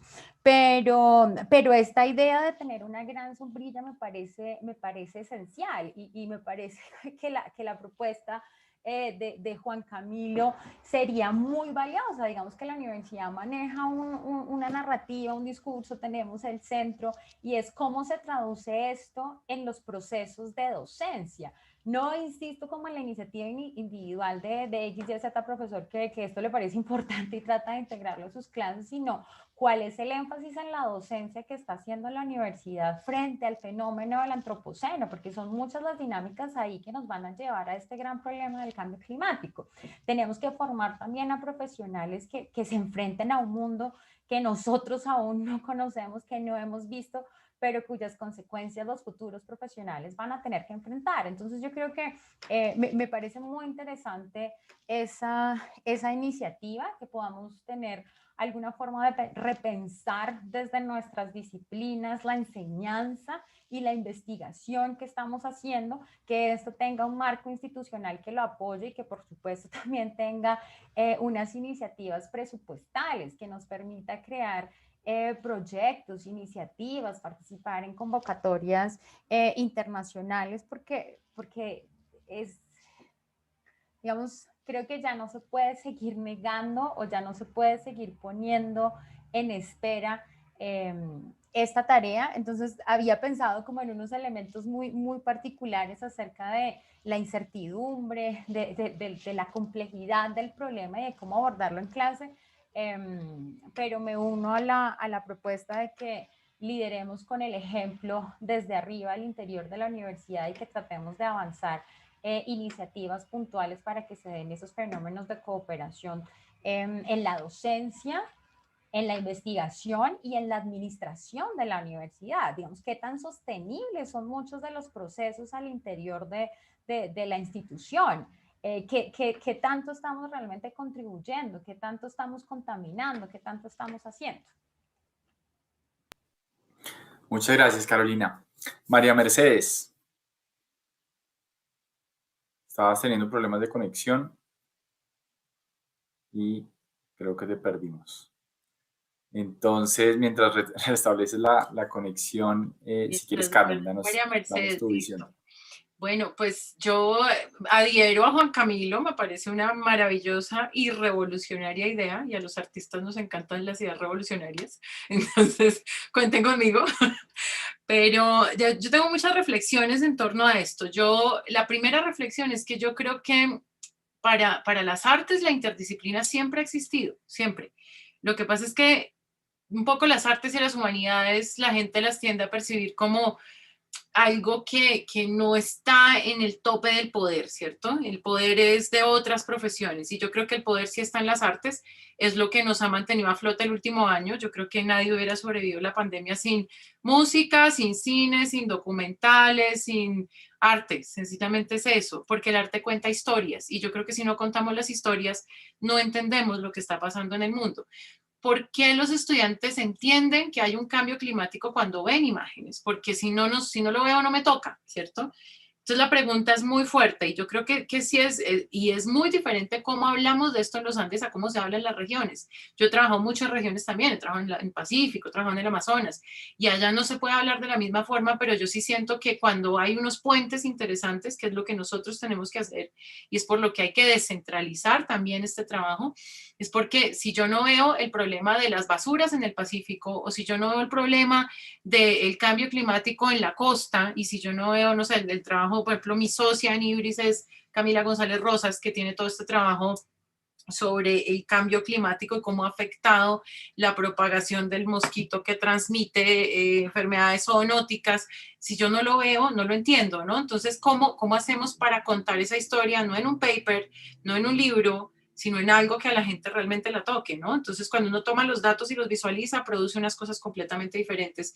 Y yo me acerco ahí porque hay una historia.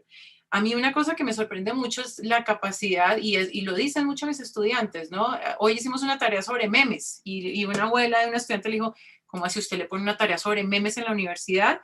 Le dijo, sí, y la reflexión de ella era sobre la relación de cómo uno interpreta la política a partir de un meme, y la abuela le dijo, oiga, sí, ¿cierto? Porque hay unas formas de conocimiento que vienen de antes y hay una sensibilidad de los jóvenes que no es la misma de los abuelos, ¿no? Entonces yo creo que hay un potencial que es increíble y en la medida en la que uno pueda conectar esto con esa dependencia tecnológica que tenemos, que es también la que nos ha salvado en el último año, porque sin estos cuadritos, pues no estaríamos conectados, no estaríamos hablando nosotros a veces.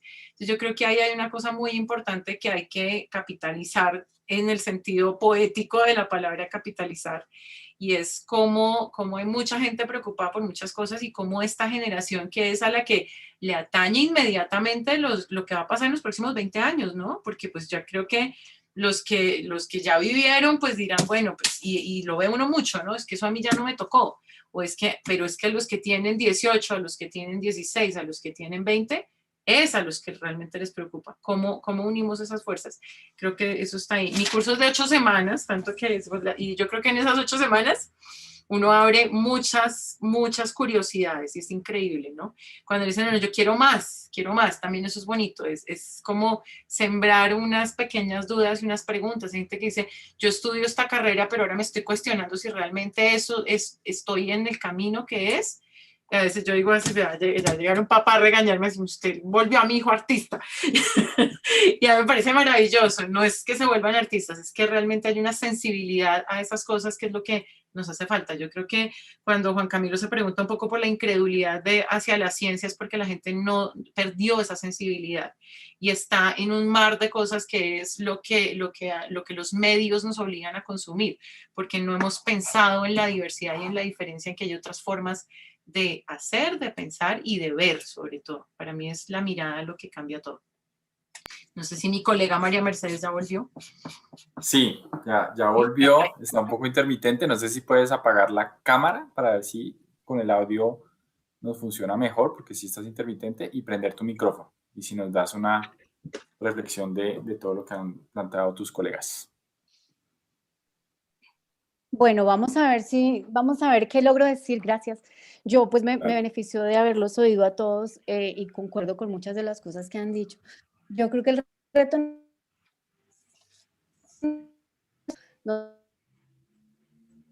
de su disciplina le pertenece. Entonces, por ejemplo, cuando yo pienso en este trabajo con mis estudiantes, yo me doy cuenta que mis estudiantes necesitan una formación científica mejor. Mis estudiantes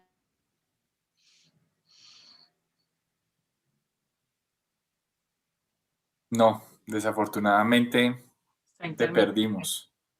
No sé si puedas buscar una conexión de pronto desde el celular, a ver si logramos tener tus impresiones al final, porque sí, te oímos muy entrecortado, desafortunadamente. Bueno, no, pues muy interesante todas estas reflexiones y hacia dónde está convergiendo la discusión. Es básicamente el tipo de conversaciones que nos gusta promover desde el centro, que tenemos la oportunidad de trabajar con todos ustedes en diferentes actividades. Quiero dejar sobre la mesa dos preguntas que me parecieron muy interesantes de las que nos mandaron por las diferentes redes sociales, para que cada uno reaccione si quiere sobre eso, o también para que nos comparta un un comentario final para ir cerrando la charla. La primera está relacionada con algo que habló Manuel, y es la necesidad del trabajo con comunidades. A la academia muchas veces se le ve desde la Torre de Marfil, desde sus investigaciones, sus publicaciones, y no necesariamente conectado con las realidades en las comunidades, y pues más al estar la universidad en Bogotá, en la ciudad capital, pues también la conexión con otras realidades y que son en últimas las realidades más vulnerables a los impactos del cambio climático. Entonces la pregunta va relacionada con eso, y es cómo lograr que esta sinergia que se está generando frente a abordar esto de una manera interdisciplinaria también genere espacios concretos de acción en la vida real y cotidiana de las comunidades que van a ser más impactadas por el cambio climático. Entonces aquí de pronto no es un tema tanto de mitigación, sino de adaptación para reducir la vulnerabilidad a temas de cambio climático. Entonces esa es una pregunta. Y la segunda, que también me siento muy identificado con esto, y es que en últimas acá siempre en los espacios de discusión nos encontramos los mismos con las mismas. Y eso no pasa únicamente en este grupo de profesores, sino también los estudiantes. Es decir, hay personas que son más sensibles a estos temas, hay personas que son más ajenas a estos temas por cualquier razón. Entonces la pregunta es cómo atraer un público nuevo, cómo hacer que esos estudiantes que están un poco más alejados de esta realidad la entiendan mejor y sobre todo tengan un interés personal por involucrarse más en esto. Entonces de pronto nos pueden compartir algunas reflexiones de experiencias que han tenido con estudiantes, y lo decía Carmen en su curso de 8 semanas, de que salen con una curiosidad, una semillita. Manuel nos mostraba esa imagen sonriente de todos estos jóvenes después de hacer esas visitas. Entonces, ¿cómo lograr esos cambios para hacer algo más masivo y algo más amplio? Entonces, dejo esas dos preguntas sobre la mesa, y si quieren también como una intervención de cierre, porque ya se nos acaba el tiempo y no queremos abusar del tiempo ni de ustedes ni de la audiencia. Entonces, nuevamente, otra ronda de respuestas de 3 minutos, y ojalá María Mercedes podamos tenerla para el cierre. Entonces arranquemos con Yo aquí Catalina. estoy. Bueno, si estás ahí, si quieres, arranca tú, María Mercedes. Estoy Adelante. 2 veces porque me conecté desde el teléfono bueno, entonces hablo rápido. Perfecto, dale. Ahí te estamos oyendo bien. Súper.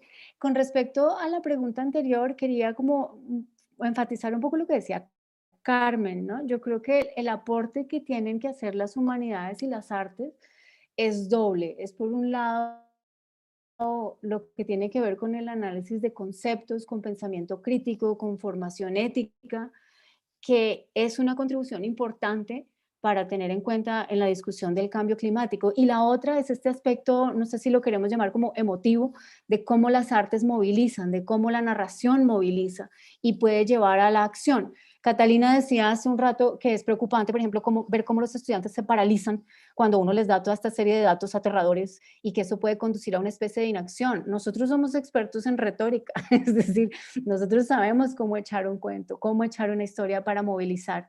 Y por otro lado, claro, también comprendo lo que nosotros necesitamos. Yo cuando trabajo estos temas con mis estudiantes me doy cuenta de la necesidad de una formación científica más sólida en la universidad.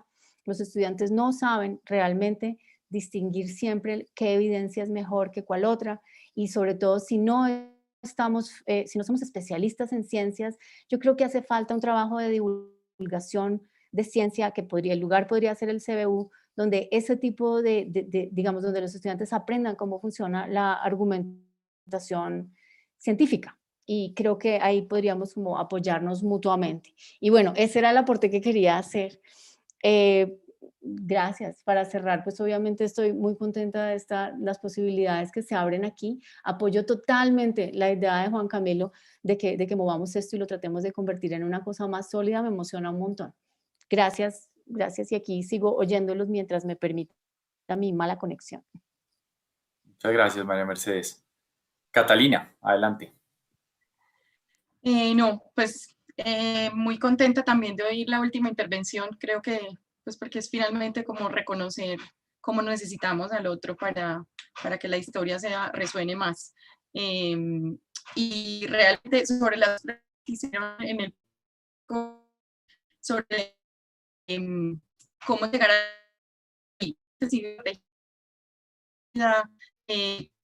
las comunidades, sino de que las comunidades también lleguen y nos dan, ¿cierto? Porque finalmente nosotros somos los que dictamos cómo son las acciones locales, más bien desde las comunidades y nosotros agentes catalizadores de los cambios que se necesitan en la región. Tiene que ser un vínculo y una...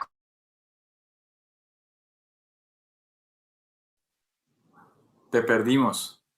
Parece que tienes el mismo proveedor de María Mercedes. Catalina está conectada al mismo Wi-Fi de María Mercedes. Sí, está congestionado, por eso tenemos dificultades. Es la hora. Dale, segundo intento.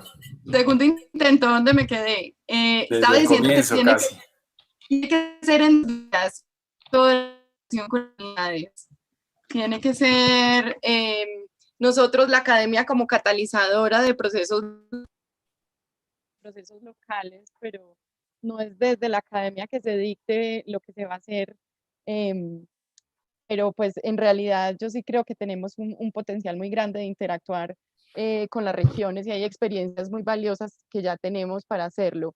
Y yo creo que en la acción individual, promover acciones chiquitas con los estudiantes, cambios, aunque sean menores, esos y como hasta ingenuos en los hábitos diarios, no sé, en la alimentación, en el consumo, hacer reflexiones chiquitas donde ellos un poco que se empoderen de sus propios cambios, a mí me ha resultado como una buena estrategia para captar a los más incrédulos, porque ellos ven que los cambios son posibles. Sí, es más que el gran cambio en emisiones y convertirlos a todos al veganismo. Yo creo que hay acciones puntuales chiquitas en los cursos incluso de 8 semanas que pueden promover cambios más profundos, y yo lo he visto en mis cursos y los estudiantes salen también muy conmovidos y muy agradecidos porque uno los ayuda a darse cuenta de que en realidad sí pueden.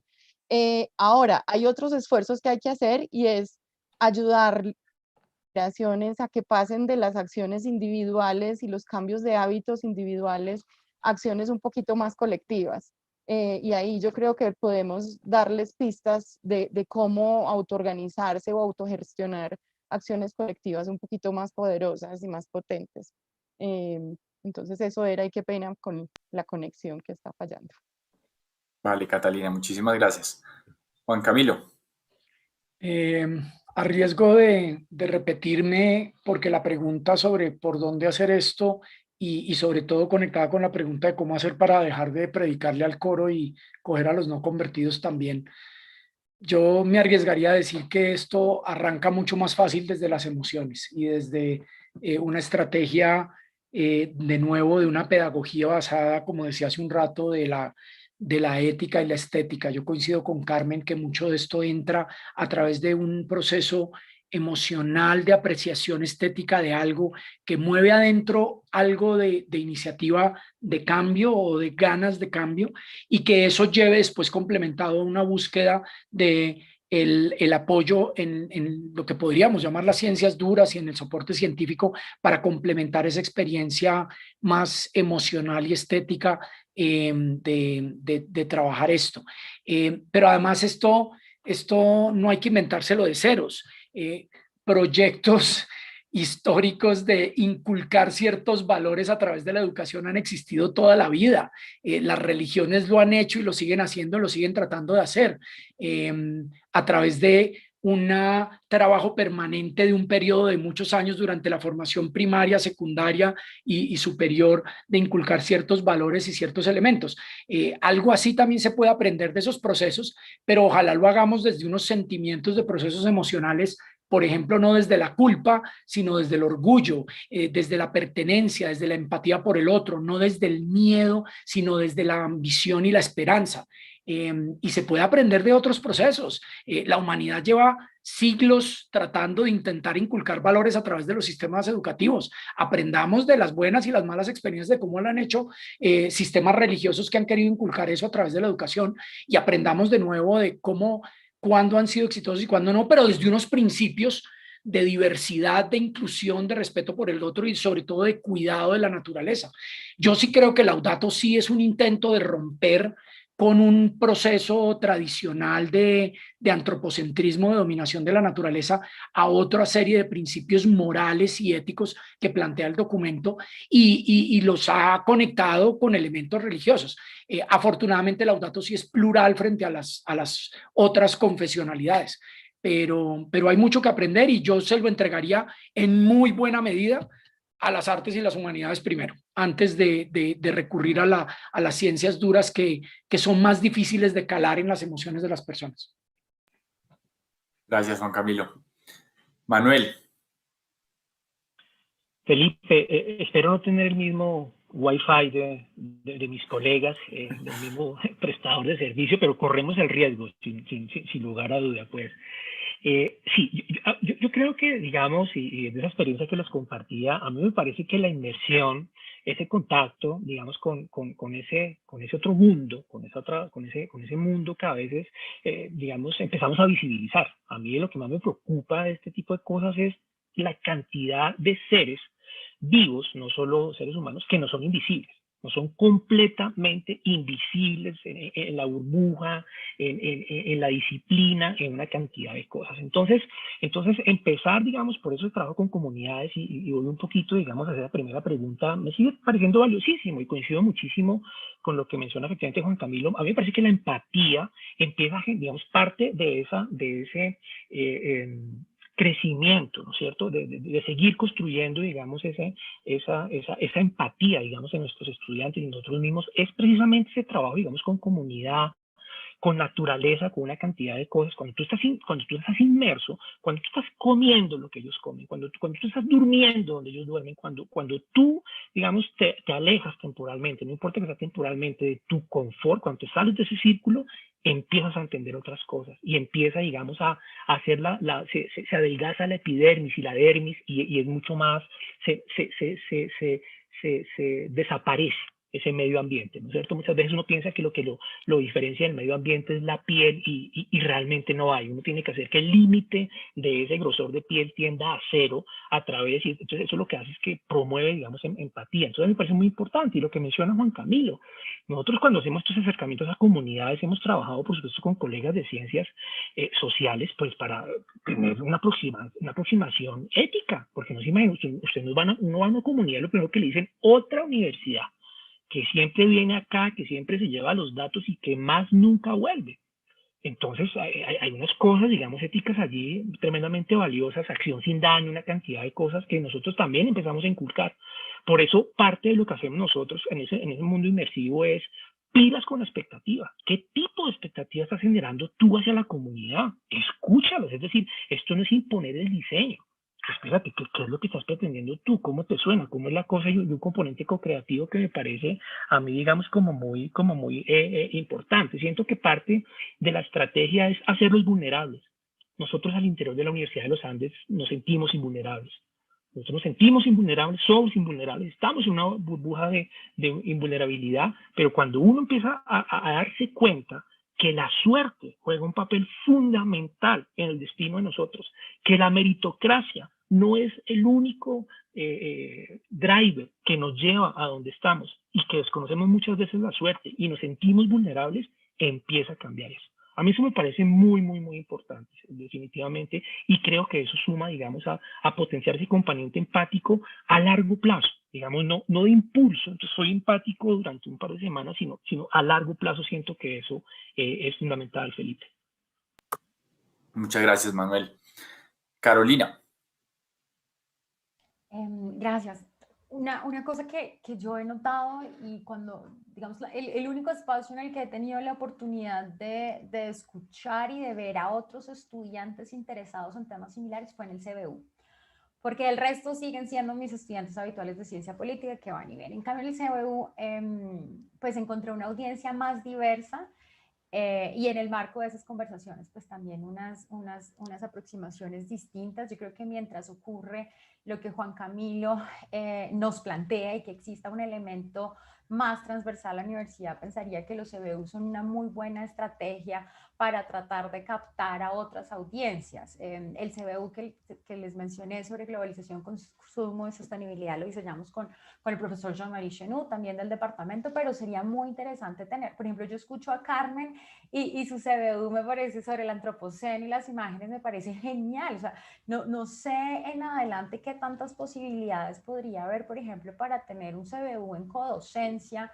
desde departamentos y desde facultades distintas. Así podemos generar como un pool de estudiantes más diversos, porque no se trata de seguir convirtiendo a los que ya están convertidos, sino de traer un menú de opciones y unas reflexiones para otros estudiantes. Además, porque yo aquí veo muchísimas interconexiones. Estamos hablando de fenómenos que nos afectan a todos, que van a afectar a nuestros estudiantes de muchísimas formas. Entonces, yo creo que esa sería una estrategia creo que puede ser una alternativa muy puntual para atraer como a nuevos interesados y también para nosotros ir colaborando, pensando en que ojalá en un futuro este tipo de aproximaciones se vuelvan un requisito para los estudiantes. En la línea de las reflexiones y siguiendo lo que varios de ustedes han mencionado, me parece que este elemento de la pedagogía, de la ética, de la estética y de los sentimientos es fundamental. Es por ahí, digamos lo que decía Manuel acerca de la empatía es fundamental. O sea, es muy difícil que alguien se preocupe realmente por el cambio climático si ni siquiera le preocupa lo que ocurre en el barrio al lado de su casa, no le preocupa lo que ocurre con comunidades muy cercanas a su entorno o al interior de su mismo país. Entonces yo creo que ese tipo de aproximaciones son muy valiosas. Yo he trabajado con el Centro de Ética, hemos hecho unas cosas bien interesantes para identificar y para hacerle ver a los estudiantes muchas de esas conexiones que existen entre lo más local, por ejemplo, entre las comunidades del Amazonas, entre las comunidades, por ejemplo, donde se genera el cultivo de la palma y la demanda internacional que existe por el aceite de palma. Muchos de estos no son fenómenos aislados. El fenómeno de la pandemia nos ha hecho pensar muchísimo más en esas interconexiones y estas interdependencias que tenemos, no solamente en términos como de cadenas globales de valor, sino entre seres humanos. Y aquí yo creo que hay un elemento que varios de ustedes han mencionado y por el que yo creo que todos nos estamos viendo afectados, y es el tema de la desinformación y cómo esa misma aproximación desde los sentimientos está afectando muchas de las posiciones que los estudiantes tienen en las clases. El tema del negacionismo se ha hecho cada vez más evidente. Digamos, en el CBU ya lo he hecho 2 veces, y en la segunda cohorte encontré más negacionistas, encontré gente que tiene muchas más resistencias a este fenómeno, que citan fuentes oscuras, que citan trabajos rarísimos y que tienen una visión de todo o nada, es decir, o estamos condenados y esto es al apocalipsis y morimos ya, o esto es demasiado complejo para mí, lo que voy a hacer es no voy a hacer nada. Entonces, yo creo que en el tema de divulgación científica, en el tema de luchar contra estas noticias falsas y contra todas estas cosas, todos debemos estar como trabajando en esa dirección. Y el último, que por lo menos para mí ha sido muy importante, es ese rol de ¿cómo vamos a actuar? ¿Qué vamos a hacer? Y algo que a mí me preocupa es, he sentido mucho en los estudiantes una aproximación meramente desde el consumo. Entonces, en muchos casos yo siento que hay una reducción a mi participación y a mi rol en el mundo al del consumo. Entonces, por supuesto, es importante las decisiones que tomamos en el día a día, pero reducir nuestro rol solamente a las decisiones de lo que compro o no, dónde lo compro, a quién lo compro y cómo lo voy a desechar, por supuesto, son importantes. Pero el tema de la acción colectiva y del rol político, de la acción política, de la autonomía, de la influencia, de la acción que cada uno de nosotros puede tener como individuo en una sociedad, termina siendo mucho más relevante que el poder adquisitivo que tengo. Entonces yo creo que este sería como un siguiente elemento. Y es ese, cómo podemos plantear realmente acciones para el cambio, pero no solamente el cambio individual, sino el cambio en estructuras políticas, cómo podemos pensar en un cambio mucho más grande a nivel social. Esas son como mis 3 grandes reflexiones por ahora. Gracias. Súper, Carolina, muchísimas gracias. Y cerramos con Carmen, adelante. Bueno, yo hace poco leí algo que me pareció muy interesante. Creo que un concepto que a nosotros se nos ha olvidado, que aprovecho ahí para apuntar un poquito lo que decía Juan Camilo, y es que este último siglo nos enseñó a que todo era rápido y todo era ya y fácil, ¿cierto? Y esa es la idea del progreso. Todo ya, lo que menos me cuesta esfuerzo, los recursos no importan, lo pequeño no importa. Y leí justamente una mujer que es muy interesante, que se llama Naomi Stanford, y ella decía que lo que necesitamos ahora es el pensamiento catedral, que no tiene que ver con la religión per se, pero tiene que ver con esos proyectos que una generación empezaba y que no lo iba a terminar nunca y no lo iba a ver nunca, como Notre Dame, como las grandes, como las pirámides, ¿cierto? Era un pensamiento del futuro. ¿Cuál es la catedral nuestra? La naturaleza, punto. ¿Cómo hacemos para que la gente lo entienda? Ya hubo unas generaciones que no lo entendieron, los jóvenes sí, y yo creo que lo importante en este momento, sí, para mí sí es seguir con la gotica, haciendo mella en los que vienen, en los nuevos, en los que llegan, en los que están abiertos a entender un mundo. Creo que es eso, es pensar que el proyecto es colectivo y que el proyecto se construye desde la sensibilidad. La última obra que acabo de estrenar yo en el Teatro Colón, tuve la fortuna de hacer una obra para un público en vivo, está escrita por el público. Hicimos una web donde la gente nos escribía lo que había sentido en el último año. Y fue una propuesta poética, era anónimo, no estaba amarrado a las redes sociales, nos escribieron más de 200 personas contándonos qué habían sentido en el último año, en 4 categorías: revelaciones, nostalgias, desapegos, presagios. Con eso hicimos una obra y la gente salía de la obra diciendo, no me siento sola, hay más gente que piensa como yo creo que hay que abrir esos canales, ¿no? Estamos haciendo las cosas al revés. Ayer me decían en la primera clase, el lunes, me decían los estudiantes que muchas veces los profesores se presentan con sus títulos, ¿no? Yo hice esto, yo escribí esto. ¿Qué pasa con las historias? Los profesores somos humanos, los estudiantes también, ¿no? Y estamos compartiendo unas formas de vivir y de percibir el mundo que nos unen a todos. Si está uno en el Amazonas, vuelvo y pongo el ejemplo, si está en Bogotá, hay algo que nos hace humanos a todos. ¿Qué es eso y dónde nos encontramos? Yo creo que donde encontremos eso, que es lo que uno realmente respira, que es el aire, que no lo estamos respirando ahora, ahí es donde está la potencia para cambiar las cosas realmente. Se nos olvida que están los otros, y yo creo que lo importante en la universidad es justamente entender que hay diversidad, que hay gente que piensa diferente y que hay muchos discursos, y que el pensamiento crítico, otra vez creo que eso es como lo que nos importa a muchos profesores en este momento, se construye en la medida en la que uno más oiga y más entienda y más lea y más vea y más respire y tenga una capacidad para tener su propio criterio y su propio pensamiento. Y eso está permeado por una cantidad de cosas que son muy interesantes. Para mí es eso, seguirlo haciendo y seguir abriendo puertas. Por acá hay gente en el chat de YouTube diciendo, unamos otras universidades, unamos a las regiones. Esa es yo no creo que estemos en la Torre de Marfil, yo creo que hace muchos años muchos profesores hemos estado por fuera, justamente, y creo que eso es lo que ha cambiado la forma de relacionarnos, ¿no? Yo no sé si ahora no sé, obviamente en cuestiones de ranking a la gente le importa si alguien tiene doctorado o no, pero yo creo que es más importante es el doctorado de alguien que creció en la selva, ¿cierto? Que tiene otro tipo de sabiduría, y esa es la que tiene que venir a nosotros, ¿no? Gente que está en otros lugares no tan tradicionales. Yo creo que uno aprende mucho de eso, y eso es, tal vez eso es lo que hay que hacer, ¿no? Pensamiento catedral, pensar qué va a pasar si sobrevivimos en 300 años. ¿Cómo? Eso pienso yo. Bueno, muchísimas gracias, Carmen. Esperemos que sí, que sobrevivamos. Y muy inspiradoras todas las intervenciones. De verdad quiero agradecerles a los 6 por su participación, esta visión de esta problemática en la que todos coincidimos que es como el gran reto de la humanidad.